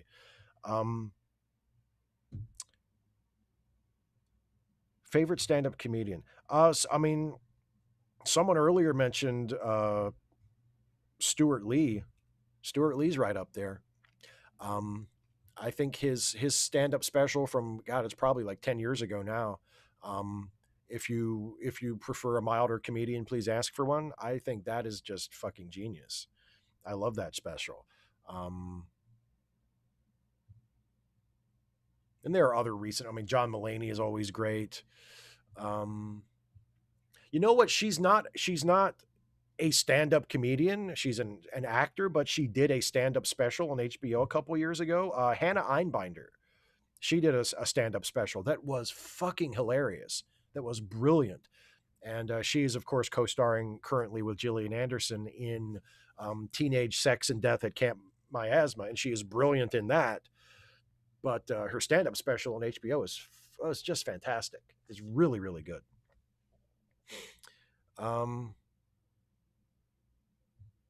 Donovan Boyle says, what's the best riff in Cry Wilderness? I personally love anything to do with the evil game hunter, especially the tone shift of his especially dark death.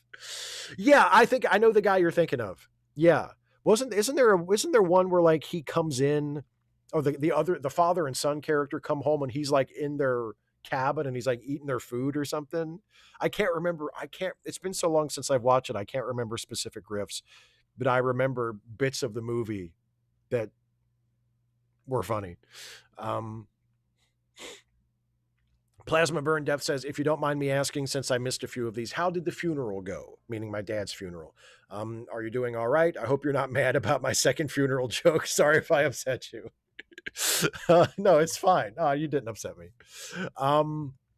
The funeral went well. The funeral went almost as well as it could have gone. There was one particular element of the graveside service that did not go the way I wanted it to go, and I won't go into any more detail about that here because it's family stuff, but there was one thing that happened that I specifically did not want to happen, but happened anyway, and there was nothing I could do about it, and it is what it is. Um, but other than that, it went very well. I said a few words, my brother said a few words, and it was, I mean, it was nice, you know. My dad was buried with full military honors.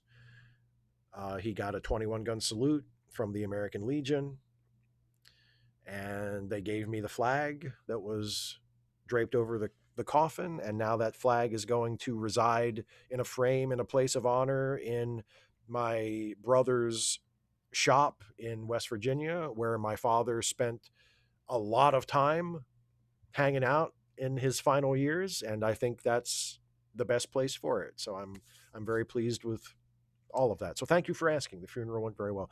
I wrote another piece about my dad that I'm going to record tomorrow that will be my Monday video next week.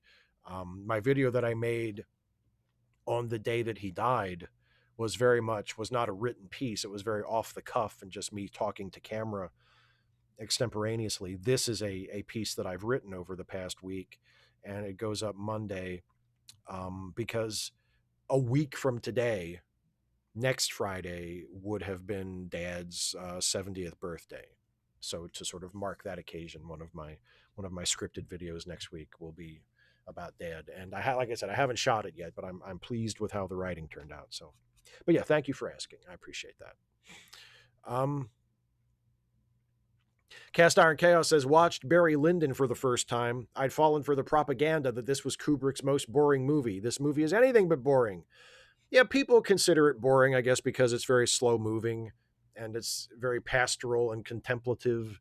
But no, I like Barry Lyndon. I honestly don't rate it among my very favorite Kubrick movies, but I certainly don't think it's boring. Cynical Optimist says, between Silo, Fallout, and Paradise, it's a good time for post-apocalyptic fiction about living in a hole. Have you seen any of the shows at all? And if so, what are your thoughts? I have not watched a single minute of any of them, so I cannot tell you. Sorry.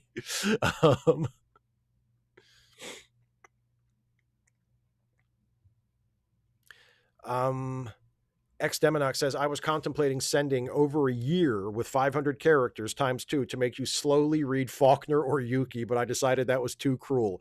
What's the longest running gag you've ever pulled? The only one I can think of is several years ago in one of the seasons of the pre-divorce version of the Stuffy show, when it was called Stephen Stuffy. I forget what season it was, but for an entire season of the show, without ever drawing attention to it and without ever paying it off, every single episode included a reference of some kind to the salt mine. And it established that the salt mine was apparently a major local employer and was a big presence in the community where the characters lived. And a lot of people worked for the salt mine, and the salt mine had a lot. But it was just it was never about the salt mine. No story was ever about the salt mine. It was just every episode had one reference to the salt mine. And then I think after that season, I don't know if I ever mentioned the salt mine again, or I rarely mentioned it again. So that was a running gag that was purely to amuse myself and to see if anyone else would notice for an entire season of Stephen Stuffy. Steve Schmeling says, a Canadian time traveler to bang a cave person, calling William Shatner. I mean, I think he'd be up for it. He would do it for, for humanity. John Stewart says, I recently started rewatching Babylon 5 and noticing the parallels it has with DS9. Have you watched any Babylon 5? And if so, anything you think it did better or worse than DS9? Yeah, I watched all of Babylon 5. I thought Babylon 5 was a great show. What did it do better than Deep Space Nine? I would say Babylon 5 comes through more strongly than DS9 does as a writer's showcase.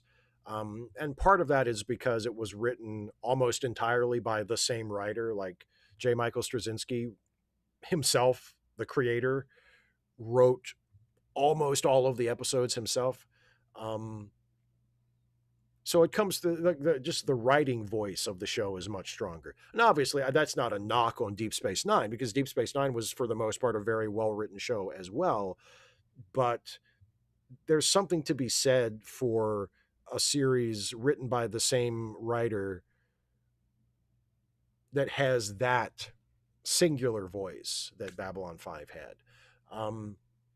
I also think Babylon 5, maybe did a better job or made its point a lot more powerfully with its anti-fascism storyline, and the fact that it was the toppling of fascism on Earth that followed the Shadow War, like the build up to the Shadow War. And I mean, that was obviously a big deal in the series, but there was still some show to go. Like, that was not the end of the series. And what came after the end of the Shadow War was getting rid of the fascist government that had taken over Earth. That was actually, that came later in the series. That was a dramatic, in a way, dramatically more important. And I appreciate that. So I mean, yeah, Babylon 5 was a great show. Yes, obviously there are similarities, there are parallels between the two shows. Sometimes I think those similarities are overstated by people, but clearly there are similarities. I was a big fan of both shows. If you forced me to choose, I would choose Deep Space Nine. I've chosen my side. But Babylon 5 was a great show. It was a truly, truly great show. Let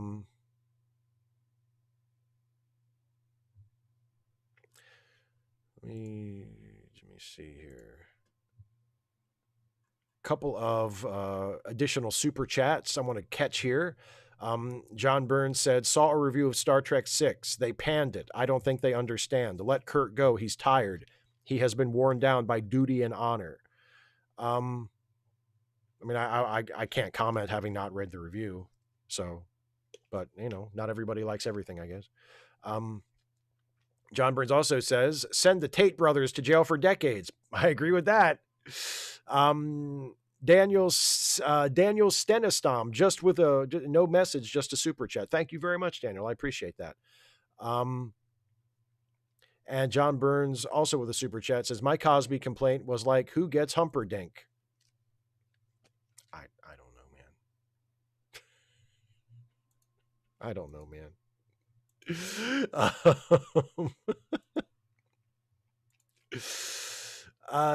Back to the questions.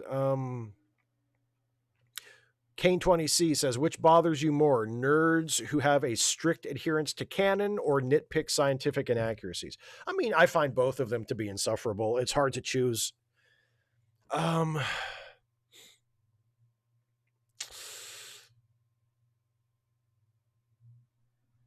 They're both insufferable.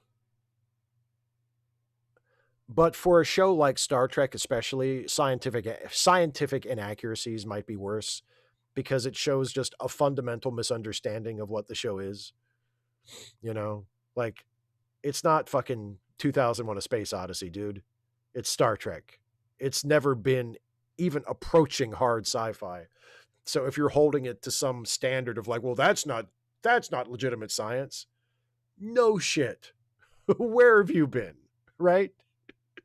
Like, and I think I've made this comparison before. It's like complaining that, like, well, gamma radiation wouldn't turn you into a Hulk. Like, we're past that. Okay. You can either jump on board or not, but we're past that. 255 AD says, why is the end of Oak Street set in 1982? It kind of feels like that's purely because the director was a kid in the early 80s and decided to be self-indulgent, like Spielberg didn't set E.T. in the 50s. Well, no, but Spielberg wasn't consciously trying to evoke the 50s with the movie. I think part of the end of Oak Street is that it was consciously trying to evoke the early 80s. It was I think part of it was intentionally aping Spielberg. Now, it's possible to ape Spielberg without literally setting the movie in the same year that E.T. came out, But, that was a choice that the director made. Was it self-indulgent? Maybe. But it certainly didn't spoil the movie for me. Cast Iron Chaos. Oh, this is, yes. Says, while I'm thinking of it, you never did a movie review video of Bride of Frankenstein. I remember your review of The Invisible Man, and I'm hoping to see a review like that. Yes, many moons ago, I did. I used to do, leading up to Halloween, I used to do a week of movie reviews called Monster Movie Reviews. And one year the theme was Universal Horrors. And I did Frankenstein, but I didn't do Bride of Frankenstein because I was doing a review like every day, and I didn't want to do 2 Frankenstein movies, so I just did the first one. And my intention was always to return to the Universal horror series eventually, and I would have reviewed Bride of Frankenstein at that point, but I just never got around to it. Maybe I still will, because I love Bride of Frankenstein. Bride of Frankenstein's even better than the original Frankenstein. But no, it's a great movie, and eventually I would like to review it at some point, and I will give it a very glowing review, no doubt. Hair Behemoth, I saw that. Hair Behemoth says the first episode of the new MST3K is playing in theaters pretty soon. Yeah, there was a preview for it when I went to see Coyote vs. Acme today. I'm still debating if I'm going to see it in the theater. I was a backer of the new MST3K episodes of the Riff Tracks experiment, so I know I'm going to get the episodes on, I guess, Blu-ray at some point. But the theatrical releases are happening before that. I haven't decided if I'm going to see it in the theater or not. I might, because I do really want to see it. I am curious to see it. Zulu Romeo, again, talking about end credits. The use of Sid Vicious's My Way in the second half of Layla, together with static cards, made Goodfellas the perfect end credit sequence. Other good ones are Fight Club and That Sinking Feeling. Yeah, and I am a big booster of using cards for end credits instead of the scroll. I just think it's classier. Harry Behemoth says, did you see Sarah Sherman's special on HBO Max? I have not. I want to watch it. I haven't had a chance to watch it yet. But Sarah Sherman is also in Teenage Sex and Death at Camp Miasma in a supporting role, but she is hilarious. She's hilarious. And yes, I have not seen her special, but I'm intending to see it. Sinister Intelligence says, would you be against a Trek show that was dark and erotic? I'm thinking about an ex-Mako soldier teaming up with a disgraced Klingon captain, both female, fighting against the conspiracy in the undiscovered country. I mean, I'm not really that interested in the bits about how it has to be about the conspiracy in the undiscovered country. I think it would be better if it was based on something original that wasn't drawn from a pre-existing Star Trek project. But the general idea of Star Trek that's dark and erotic, I have no problem with that. I'm willing to see Star Trek play different notes and experiment with different tones. And if somebody makes like a dark, sexy Star Trek show, like I would be completely open to that. It would depend on if it was a good show or not. But I certainly wouldn't reject it out of hand because I was like, dark and erotic, that's not Star Trek. Like, let's just see what it's like. 255 AD says, do you not think Stuart Lee can come off as a little elitist? Like, when I watch him, he always gives me the vibe he thinks most of the audience are morons. That's part of the bit. That's part of the bit. That's part of what makes, that's one of my favorite things about Stuart Lee. He adopts an attitude of contempt toward the audience, but that's part of the bit. That's part of the act. Caitlin says, I've never thought about it until now. Is it just called the American Legion? No extra superlative adjective on the front. Here it's the Royal British Legion, so I'm accustomed to that cadence. Yeah, it's just the American Legion, and then whatever, the name of like the town or whatever specific command it is. But yeah, just the American Legion. That's it. You know what? We're very humble. We're a very humble people, we Americans, as I think everyone else around the world could attest. 255 AD says, when my grandfather died, my aunt's mother expressed annoyance that the funeral was non-religious, even though my grandfather was an atheist. How would you respond to that? Well, at the actual funeral, I wouldn't respond at all. Just like I didn't respond at all during my dad's funeral when that thing I vaguely alluded to took place that I really did not want to take place. I didn't say anything about it at the funeral because the funeral was the funeral and I didn't want to make a scene at my dad's funeral. Now, if it came up afterwards, and again, I felt like it was worth responding, I would have pointed out that, well, perhaps because your grandfather was an atheist, it was his wish to have a non-religious funeral. And therefore, as assuming you believe that honoring the wishes of the dead is important for a funeral, then it doesn't matter what anybody else thought. Like, who gives a fuck what you thought the funeral should have been? It wasn't your funeral.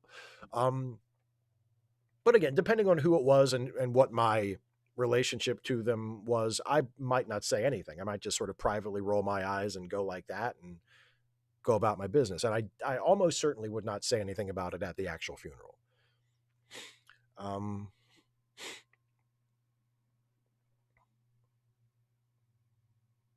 255 also says, did the mom's arc, meaning the mom in The End of Oak Street, feel a little conservative coded to you? Her novel about a woman pursuing her own dreams gets lost, and the story she ultimately writes is about her family surviving together instead. I think that's a valid read, but I didn't think that when I watched the movie, and I don't think that was the intention of it.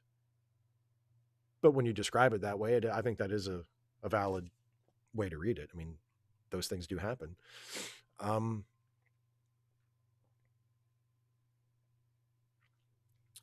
Ruby Poovy says, what's the greatest example of drip in Star Trek?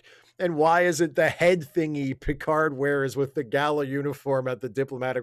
That thing is crazy, isn't it? Counselor? And it's like that little thing on his head. Is there a better piece of Star Trek drip than that? Oh, man. I'm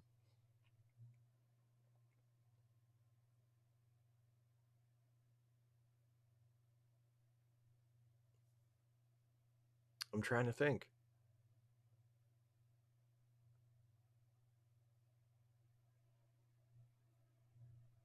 Yeah, I don't know. I keep thinking of like more, like the more everyday stuff, like Worf's sash, but like he wears that all the time. I mean, it doesn't mean it can't be drip, but like he wears it all the time. Kirk's slutty little wraparound uniform variant.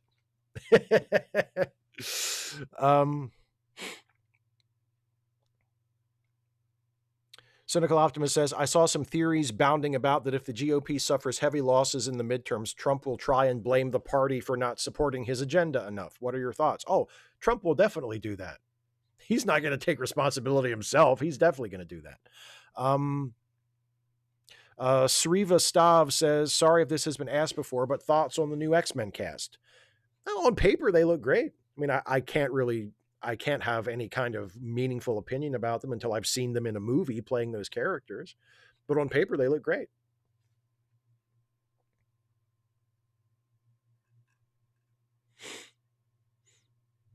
Sariva Stav also says, do you play video games? Any favorites? Not really. The only video games I play nowadays are like super old ones that I played when I was a teenager. Like every once in a while, if I have some free time and I don't feel like doing anything else and I feel like playing a video game, I'll play like Wolfenstein 3D or Doom 2 on the Internet Archive, because the Internet Archive has an online video game arcade where you can play most of the games like right in your web browser. So I'll do that sometimes, to kind of relax or kill time or listen to music or whatever if I don't have anything else to do. But in general, I am not a gamer. No, not really. Caitlin says, for what it's worth, I'd happily swap my viewing of retro reviews from Trek to Halloweeny movies and episodes in October if you fancied it. No need to read this out, just doubling up from chat. Well, I've read it already, Caitlin. I feel like if I did the monster movie reviews again, I would want to try to do it in addition. I wouldn't want it to replace the retro reviews. I'd want to do it as like an added thing. And it would probably be something that I would want to write and shoot kind of in a batch ahead of time so I could just dole them out. But it would be fun to do. It would be fun to do. I don't know. I'm not sure. I don't know if I'm going to do it this year, but it is something to think about because I did enjoy doing them before. And it's a good excuse to rewatch the movies that I'd be reviewing as well. Oh, Matthew Green. Have you ever been into Star Wars? And if so, did you watch Andor? And if so, did you enjoy it? I have talked about it a little bit, Andor specifically. First of all, I love Star Wars. I had Yoda pajamas when I was a kid. I love the original trilogy. I have varying feelings about the sequel trilogy. I think the prequel trilogy is crap. I'm not a fan of the prequels at all, never have been. But the sequels, I thought Force Awakens was pretty good. I thought Last Jedi was absolutely outstanding, is one of the best of all the Star Trek film or Star Wars films, excuse me. And I thought Rise of Skywalker was bad, but not as bad as most people thought it was. It wasn't like a, oh my God, why level of bad. I, they made some disappointing storytelling choices. I'll put it that way, but I didn't think it was like one of the worst movies I've ever seen or anything like that. I find that like way over the top, but I didn't think it was great. And I liked the first.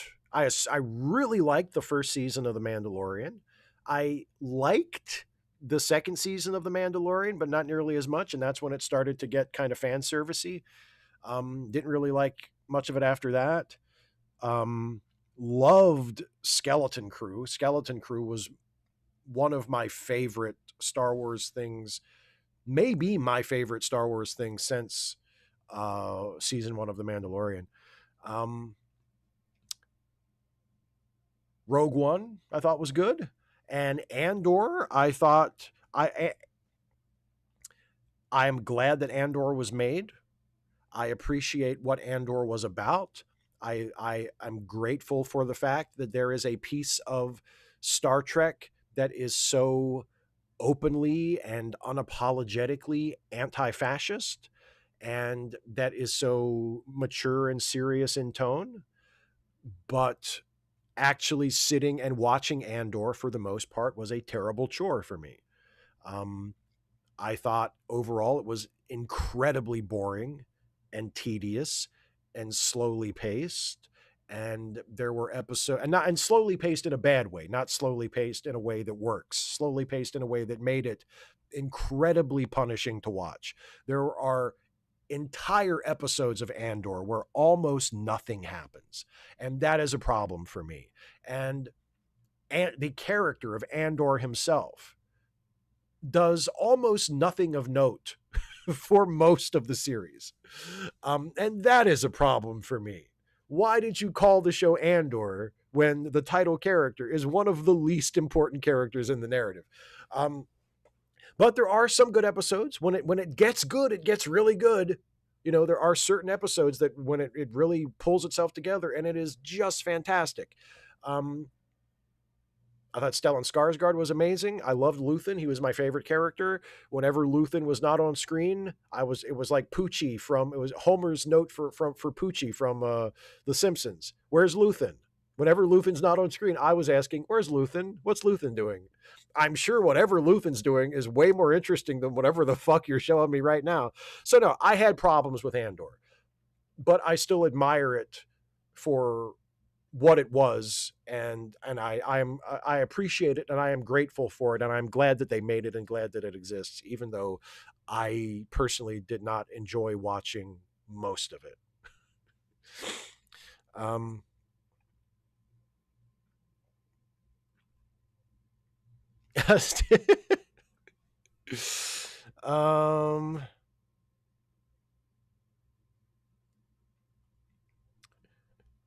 Steven says, do you think they will make a prequel called The Beginning of Oak Street? I hope so, because I really want to see I want to know where that street came from.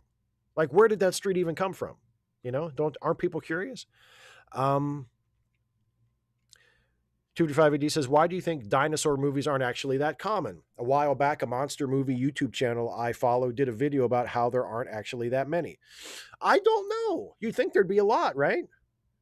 I'm not sure. I don't really have a theory, but it is interesting. Like, other than the Jurassic Park franchise and maybe like some lower budget kind of B movie type stuff or direct to video or direct to streaming stuff every now and then, there aren't a ton of dinosaur movies. And you would expect that there would be, you know? Um, Cynical Optimist says, to what extent do you agree, disagree with the notion that Christopher Nolan's The Odyssey was a conservative coded story? And does it change your view on the movie at all? I mean, I certainly did not read it that way. It did not read as a conservative coded story to me whatsoever. Quite the opposite. Um, so I mean, it doesn't change my view on the movie because that's not at all how I saw the movie. So no, like, but to be fair, I have not read any. I have not read a review or an essay that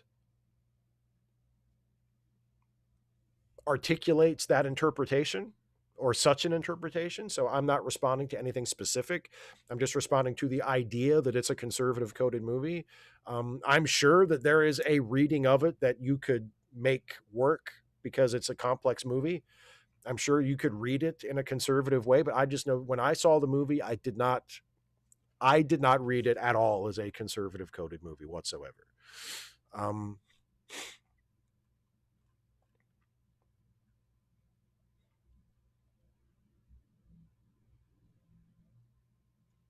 Caitlin says, might be too video game adjacent, but do you like pinball? The earlier I get, the more I'd rather just play a good table rather than get sucked into a whole video game. I used to play pinball when I would go to the arcade. I enjoyed a good pinball game. In fact, years ago, I had on one of my tablets, I had a pinball video game that I could play on my tablet. So that's kind of, falling through. It's like the snake devouring its own tail, I guess, or like falling through the mirror or something. A video game that recreated pinball games.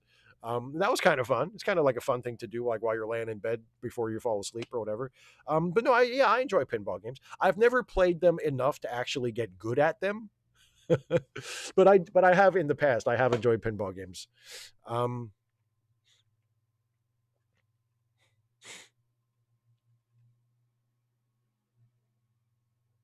255 AD says, I think Star Trek gives the vibe of being more hard sci-fi than it actually is. I think that's why stuff like Q or the Prophets bug some people. Explicit magic is wrong vibes. Makes sense? Only if they're not actually paying attention to the show. Yeah.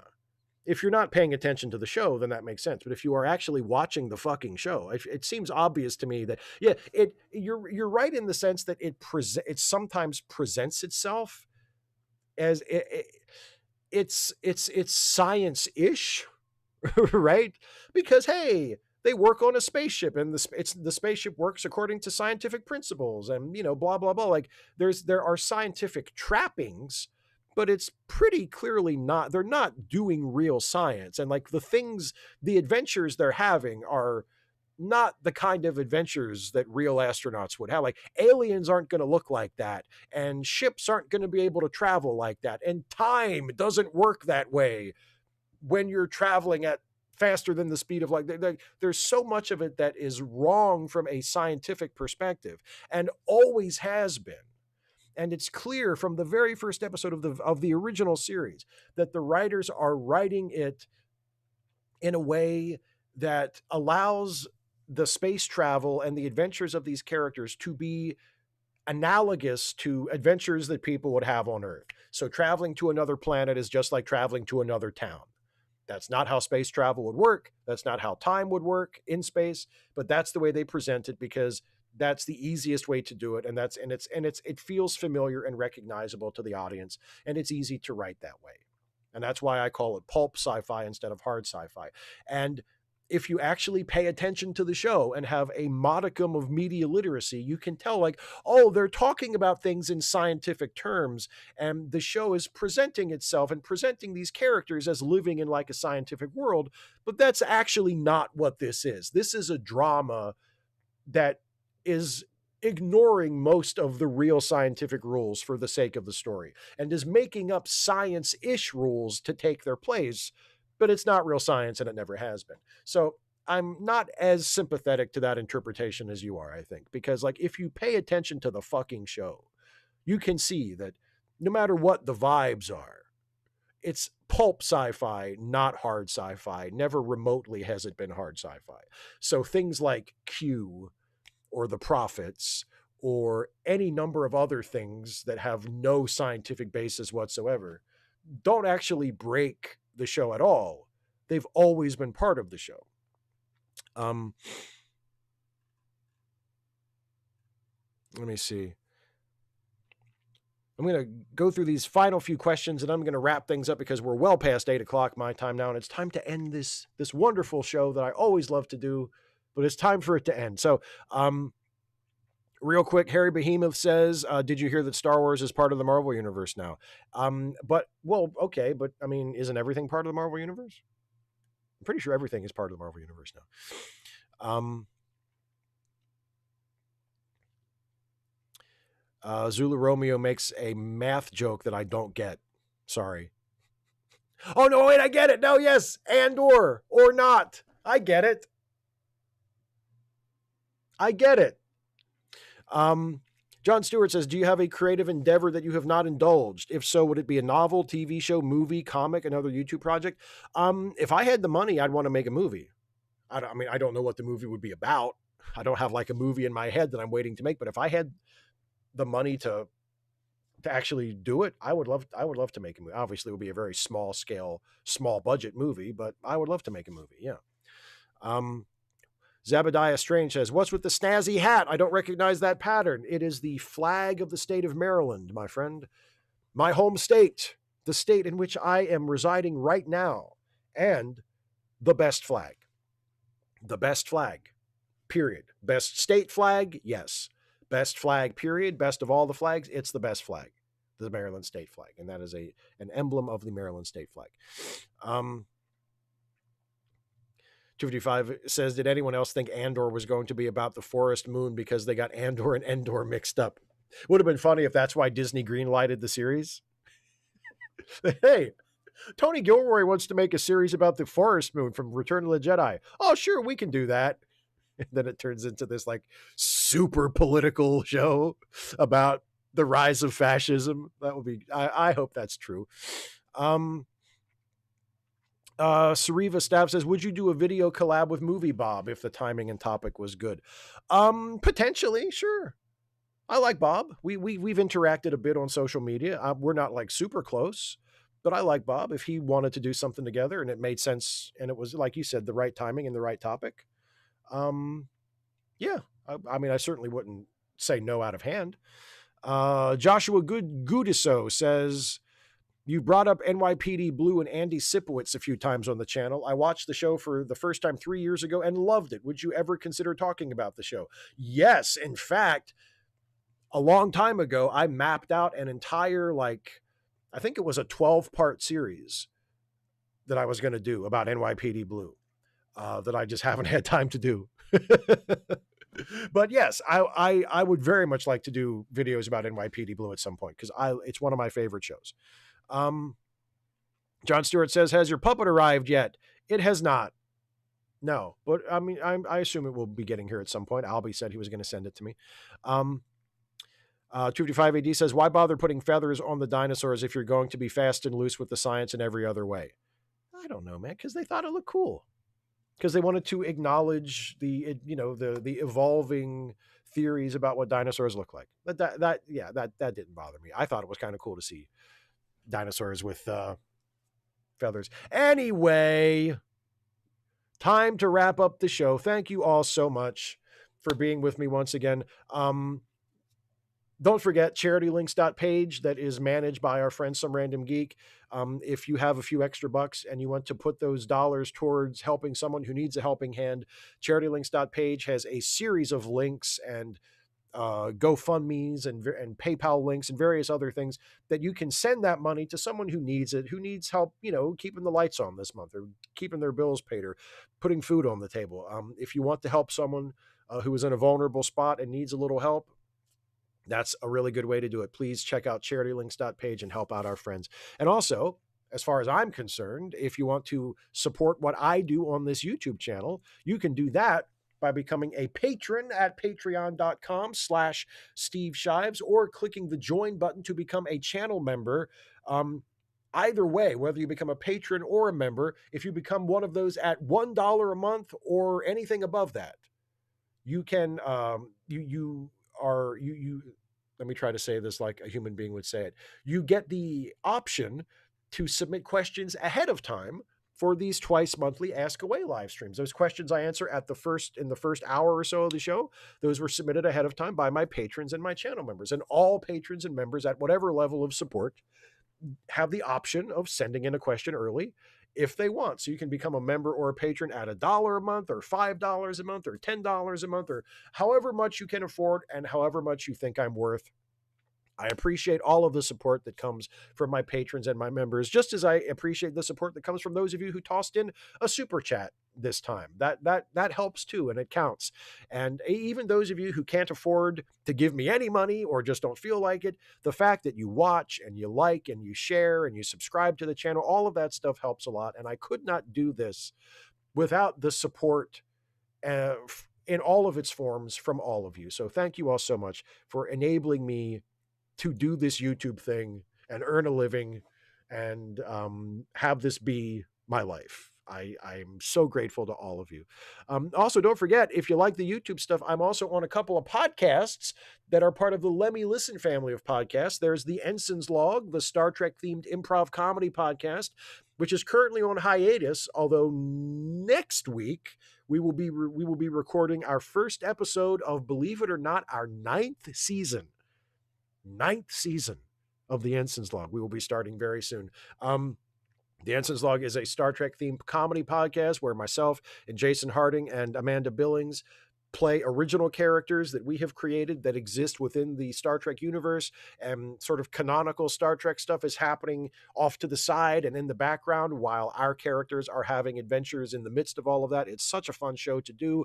Hopefully it's a fun show for you to listen to if you have listened to it. And if you have not listened to it, the link's in the description and you can check it out if you want. I think it's a lot of fun. If you enjoy funny Star Trek stuff, if you enjoy Star Trek stuff that satirizes Star Trek, makes fun of Star Trek, I think you'll enjoy the Ensign's Log, so check it out if you haven't. And also, I'm a co-host on the Late Seating, the movie review podcast that I host along with my aforementioned very best friend, Jason Harding. And in Late Seating, we take a fresh look at classic films and see if they deserve whatever reputation they have, whether it's good or bad.